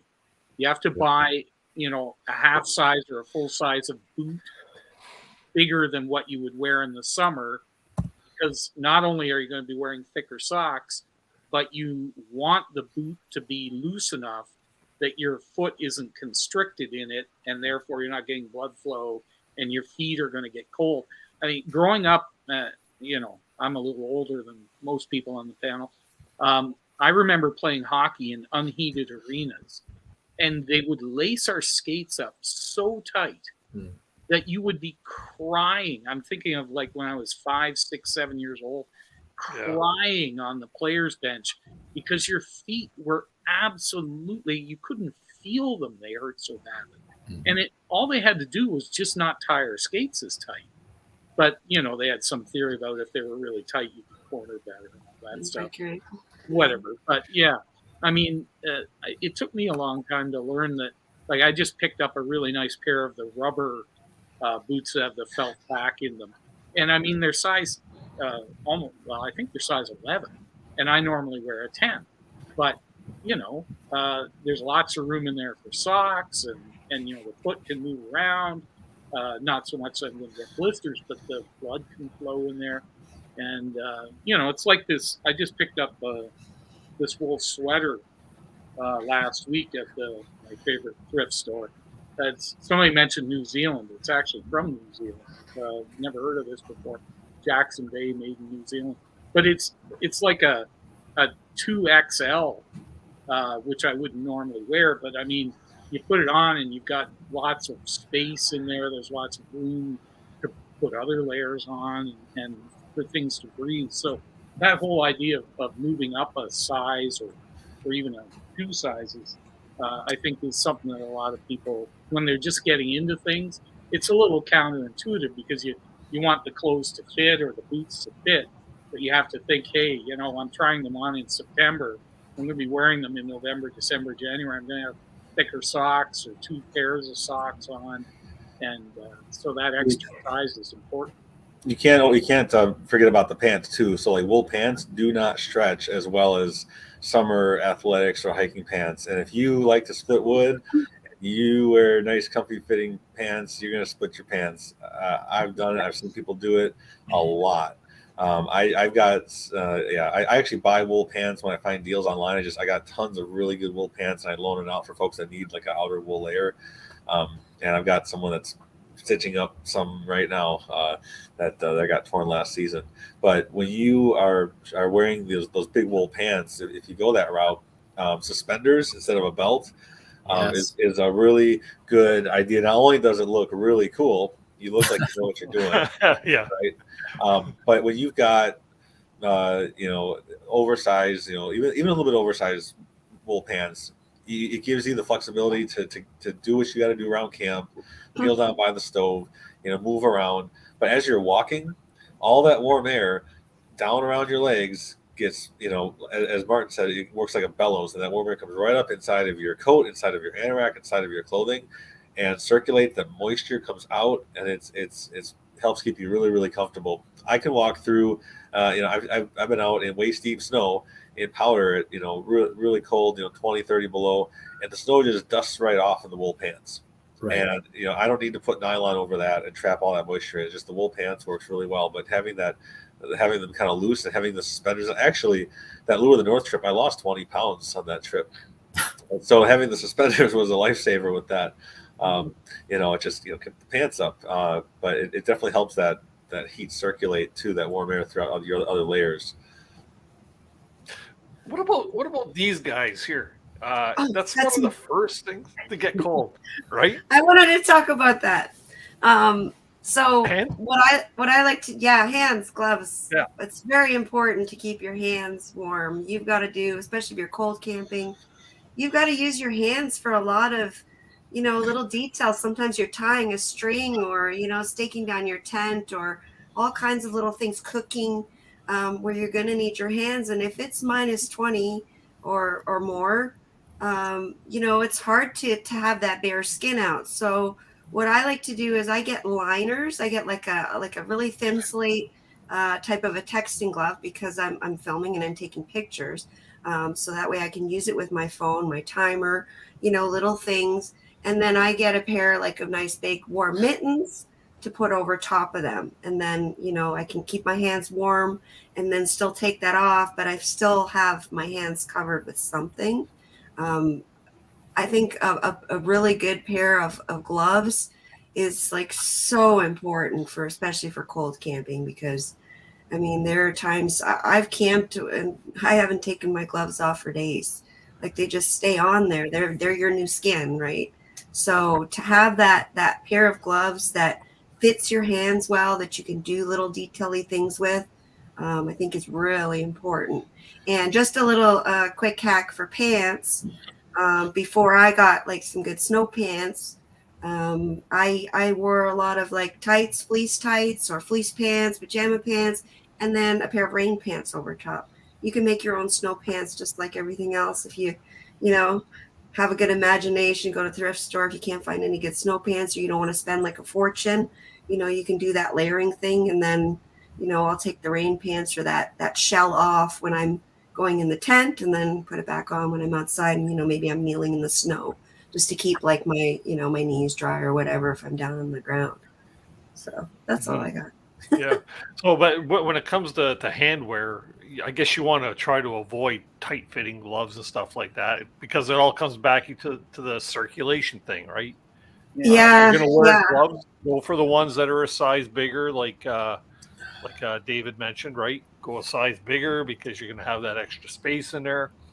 But still, mittens. I find mittens always they're the cozy. Mind you, you're fumbling with everything. You can't do anything with mittens on. Right? That's why we're the gloves underneath, right? And then I just pop them off, do what I need to do, and then put them back on, and then my hands are covered. Even if you have gloves, it's not. It's a great idea. So, I've got leather gloves that I cut the liner out. It had a fleecy, soft liner, and I got them for real cheap at a garage sale, just like leather work gloves.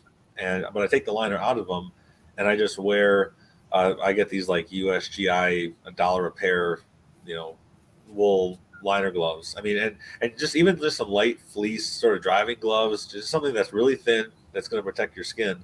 But having that, even with gloves, having a liner glove inside of a glove, just like a liner glove inside of a mitt, it's really good because those liner gloves are going to get sweaty and damp, and being able to take those out and dry them out. Yeah, I have 3 pairs of them. So. Yeah, I go through 3-4 pairs in a pack, and you kind of hide them on yourself because it's always I need one. Where did I set them? And you kind of put them all over the place. And then the ones I get, they're real cheap. They probably last about a season. They start getting little holes in them and whatever. So I got some really nice ones in the past, and they shrunk on me from hanging them up in the hot tent. So I get the really cheap ones, and I just do that. But we have a store locally that sells surplus, KW surplus, and they have a whole section of work gloves. And I found last year, and I actually bought them to wear in bug season, but they were kid glove gauntlets. So they came about this far up my arm, but thin kid glove. And I've started taking those with me, and I'll put them on specifically to put the tent together when I'm touching the poles and stuff, because they're still quite thin and But then, as you said, they're going to get wet because they're leather and there's no lining in them. So I can take them off and put, my other gloves back on. But having those with me, and they don't weigh anything. They're just an extra that I can toss in. But at least I can do dexterous things with them because they're kid leather and they're so thin. And I mean, I think they were, I don't know, they were $5. I mean, they were really nothing, And as you said, they'll wear out, but you toss them. Really quick here, guys. Okay, so we're approaching 10 o'clock right now. We're about 8 minutes out. I'd like to try and wrap up the show at around 10. But I just posted in the chat for the viewers that post questions right now if you can really quickly. And we'll try and go through a couple of questions to answer them quickly if we can. That way there we may get through 5 or 6 questions. So if anybody has a question that perhaps we missed earlier or something we haven't touched on, let's see if we can touch on it really quick. So let's continue on with that conversation with gloves. Nate, I really liked your tip earlier too about the glove strings. That's I think that's a fantastic idea. Did you not wear those as a kid, Dennis? No, I never did that. No, I never. The trick at our school was kids had the strings up and behind and down, and so when you were in like grade 1, you'd run up and grab a kid's mitt and pull really hard, and he'd punch himself in the face. I'm surprised you didn't know that. I was camping with my friend Vicky Beam this past week, and we just did our first winter trip. And she had these I've never seen them before. She had they were wrist cuffs and with a little string, and then her mittens were hanging from them. And I was like, oh, do they go all the way? And she goes, no, they're just on my wrist. And that way, she can take them off and they just hang on her hands. I thought that was really neat. Yeah, that's what I have on most of my mitts and gloves. Is it's just sort of a loose stretch cord around here.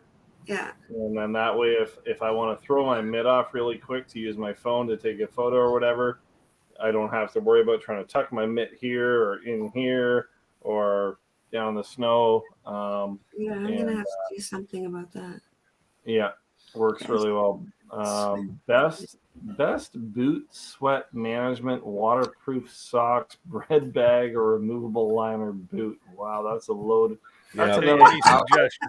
There we go. That's another hour question. Martin touched base on that before, but to quickly summarize it, if some folks missed some of that, it's being able to remove those boot liners so you can dry them out at night.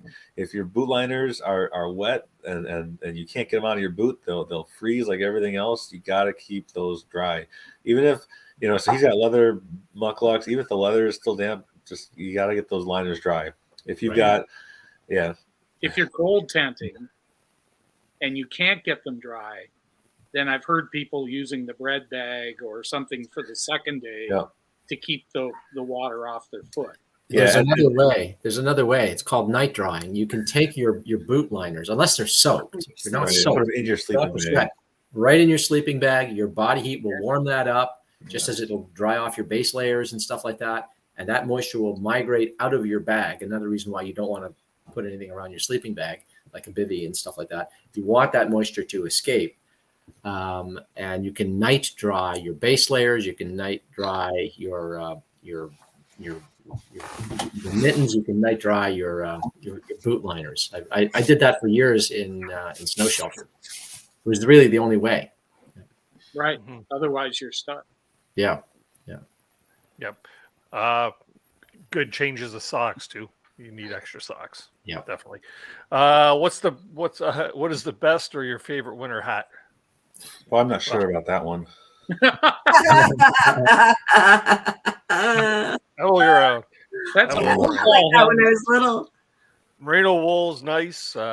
It's Yeah, I bought a merino wool toque last year, actually, from Algonquin Outfitters, where Nate works, and boy, I love that little thing. It's so small, but it's so versatile. It makes so much of a difference. It's so light, you can take it off and throw it in a pocket. But it's so good for regulating your temperature when not making your head sweat. Where I find that acrylic toques and stuff like that, they're too bulky, they're too heavy, they don't pack away well, and they just make you sort of sweat around the brow a lot if you start to exert yourself. Whereas those thin merino wool ones, that they're almost like a beanie cap, they're great, and you can use them as a sleeping cap as well.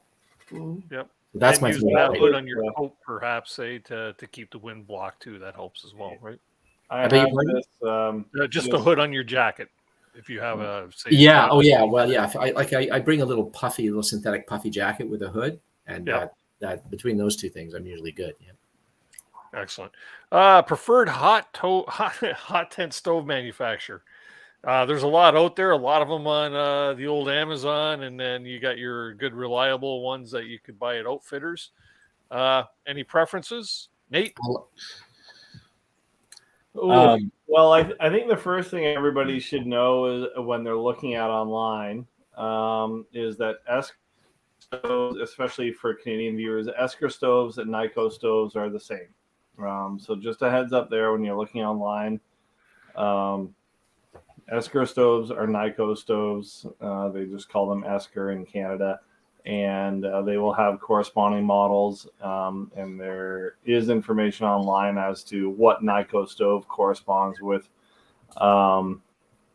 what Esker model it is. And the size of the stove is always sort of relative to the area inside of your tent. So that's an important one to look for. So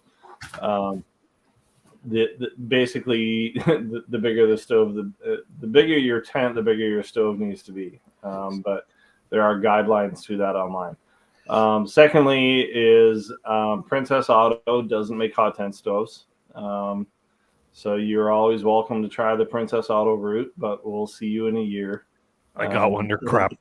Hey, I lasted 3 years with mine, and I learned a lot. And when I got my Nyko Alaskan Junior, oh my God, it was so easy to make a fire and keep it going. I was like, this is awesome.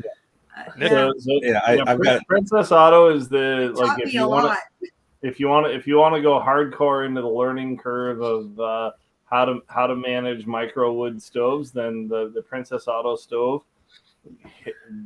Go at it. But the other thing is just, any stove that collapses. So any stove that collapses in on itself in multiple pieces, you need to be aware that there will always be sort of heat leakage in around those seams. And so that's why you'll find most reputable stove manufacturers will stoves basically do not collapse in on itself, but will allow all the stove piping to collapse into each other and then inside the stove body for functional transportation. So just a heads up there, because what will happen over time with the collapsible stove walls is the heat will eventually warp those walls, and so unfortunately over the course of time, the more you use that stove, the more heat leakage you will find in those seams. So sorry, there's a nice. I've got some strong opinions, having used a lot of different stoves. But like he was saying, the collapsible stoves, whether they're steel or titanium, what happens is if you want your stove to be a tool for cooking and for drying and for hanging out and keeping warm for a long time in your tent, a stove that is collapsible, all those little joints and all those little crevices, it sucks air right into the stove, and so they tend to burn hot and fast, and they're hard to damper down and control. So if you read online about people getting these long slow burns overnight to kind of keep the heat going, it's really, really hard. I'd say almost impossible for any long burn with a collapsible stove, just because they suck so much air in. They're hard to damper down. So like he was saying, whether it's a Nyko, down here we've got 4-dog stove, or now Metalworks, really nice solid steel stoves. The 4-dog's also still got titanium stoves, which are solid, so very airtight, which is I think really important. If you're out there with buddies and you don't care about weight, you got all your big stuff and your heavy items, having a really nice solid airtight stove I think is really important. And as for the size, I had an Alaskan Junior for, I think it was a 9x9 tent, and I used it on a few trips, and then I went to a full Alaskan. I think my thoughts on that are you get the biggest stove that you're willing to put in your tent. If you got, the big, Alaskan Nyko in a 10x10, you don't have to make that tent 100 degrees. You can damper it down. You can put more wood in there. It'll burn longer. If it's 40 below, it's not going to be struggling to keep that smaller tent warm. I've used full-size Alaskan in a 10x15 snow tracker, and it really struggled at 40 below for a tent that big, but I use that size for, I got to get the biggest stove that you're willing to haul out there for your tent, especially if you plan to go out in really cold weather. Cool. Okay, 2 more quickies, and then we're going to wrap up the show for tonight, y'all. Right here on screen right now, is it better to put a tarp under or in the tent? This is one for Cliff Jacobson, right? Yeah. Yeah, he puts them inside. And that's this is winter camping. With water issues under your tent to help keep water from coming in. In the wintertime, when you're winter camping, there's usually not a floor inside your hot well, tent anyway. So in the States, we can't do the pine bough thing. So I actually do use a tarp. I've tried different kinds of tarps. I use a really heavy plastic. It's the same kind of plastic that you see. I get it from Snow Trekker, but it's the same stuff they use to put over like semi truck trailers when they're wrapping, soft goods. And what I did is I had to find a way to stake it out. All the tarps are slippery unless you put some kind of foam on top. But I've got these plastic clips that you kind of permanently attach. They're like little rings that you kind of hammer onto the plastic, kind of sandwich the plastic between them, and they make little anchor points, and we'll stake those out so we've got a nice flat area. The problem with tarps, though, if you're going to use tarps, is if you're in one spot for more than a day, the ground starts to get kind of like this underneath, and it gets slippery, and water, starts to melt and pool if you got a lot of moisture, snow and stuff coming in there. So I think tarps are kind of sloppy. Not totally necessary. I kind of love-hate relationship with the whole tarp thing. If I could do the pine boughs or nothing, I'd probably stick with that. And also, the one thing it does do, though, is if you've got a stove going all the time, it helps to keep the humidity down a little bit because you don't have all that snow underneath your tarp kind of evaporating inside your tent. So it helps a little bit with that. But I go back and forth on the tarps. Yeah. Martin, and last but not least, how do each of you warm your face or nose at night? I'll start with that. I got the balaclava with the eyes and the nose hole. I use a headband, the headband that goes over your forehead and over your ears. I just take it and I just pull it down over my nose and across my cheeks, and I can see and I can breathe through my nose and I can breathe through my mouth, and I'm not soaking it out. Like if you wear most face coverings, you'll just soak them out. They'll get completely soaked by your respiration. So I found out the headband over the nose and across the cheeks keeps my cheeks and nose warm when it's really, really cold. Yeah, I do the same. You will sleep through that. Like it's unpleasant that cold, and you think it will keep you up all night, but it won't. You'll eventually fall asleep. You just have to. Just doing a demo here. This isn't my buff, so I've never used this one. Otherwise, it would be a lot easier. I don't have it handy. I just washed everything from winter camping. Everything stunk like smoke. So, under the chin. This is a northern scavenger thing, actually. Under the chin. This keeps your toque on. And at nighttime, you can. No, not bad. That's pretty good. Oh, like a snuffleupagus. Right? And it keeps your toque from sliding off. I know you look like a little bit of a spaz, but... You're sleeping. Nobody's going to look at you. Awesome. Thank you. Anybody else? I just picked this up. If you don't mind looking at that hat, man. I've got, so as a hammock camper, we use quilts, and quilts don't have a hood. And so at night, you've got to have a hood. So this is my pillow and my hood, and I'll wear a balaclava usually, but I can't have something over my mouth. It just feels weird. So I kind of roll that part up over my nose like Martin does with the headband. So my mouth is exposed. But something that I'm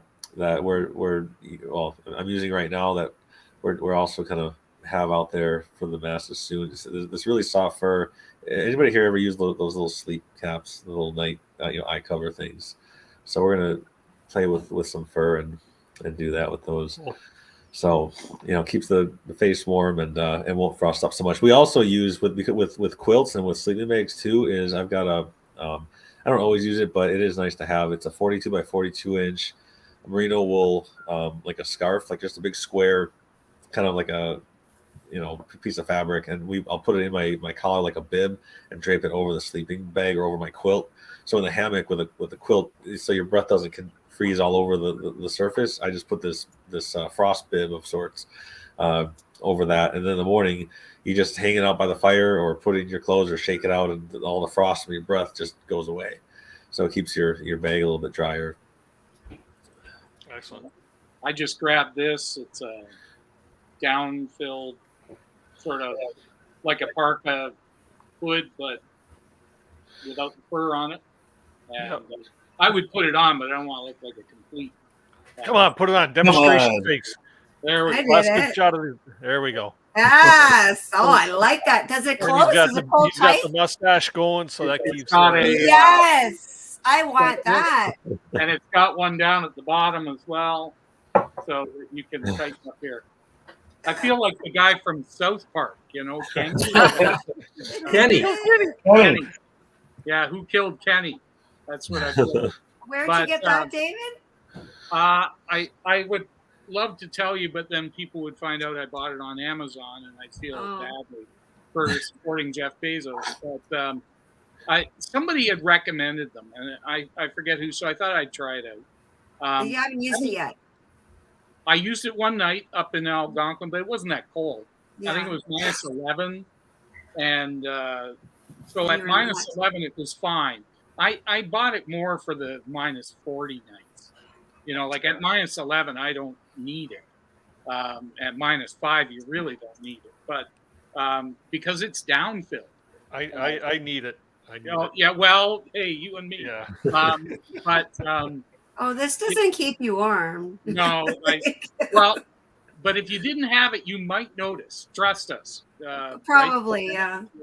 So anyway, it is downfilled, so it's it is quite warm.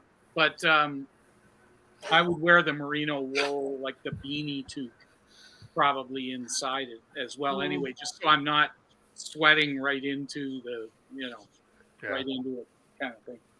Awesome. I know, well, guys and gals, I think we're going to call this one a wrap for tonight. Great show. Thank you to all of you for sharing your knowledge with everybody in the chat tonight, and me, of course, because I'm still learning with all this stuff, just like many of the people.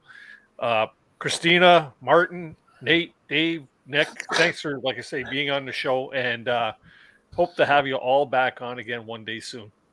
Thanks for having me. Appreciate Thanks it. for having us on. Yeah, good great. times. It's a good show. You know what? We're already way into overtime. I'm going to go once really quick around the panel. Tell everybody how they could reach out to you or where they could find you on social media. So, Christina, really quick. CamperChristina.com. All my information is there on my website. Cool. Martin?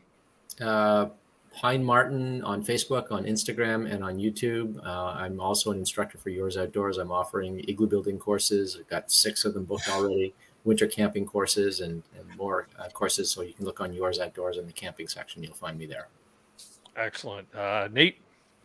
You can find me on Instagram at Nate Muskoka, or if you're cruising through Huntsville, you can find me at Algonquin Outfitters in downtown Huntsville. Awesome. David? I'm on Facebook, David Bain, the one that isn't the mass murderer from New Zealand. Awesome. And lastly, Nick, where can people find you? They can reach out to me through my website, nowoutdoors.org. I'm also on Facebook, Now Outdoors. We've got Instagram as well. But yeah. Excellent. You can find all the links to all these socials and websites and such in the description below. Guys, I'm going to put you down in the basement. We'll see you in a few minutes there in the green room, so don't go away, and we'll talk to you in a bit. Put us in the basement. Into the basement with y'all. Well, I hope everybody in the chat really enjoyed tonight's show. The 4th annual winter camping show here on Canoe Hounds Outdoor Adventure Show. We do have a lot coming up here before Christmas. Just to let you know, we are gearing up for a big Christmas giveaway that we'll be probably announcing during next week's show at some time. So you'll want to make sure you tune in. Stay tuned to our Facebook page as well at Canoe Hounds Outdoor Adventure Show, so that you'll know exactly what's coming up on next week's show and future shows as well. We tend to post everything there.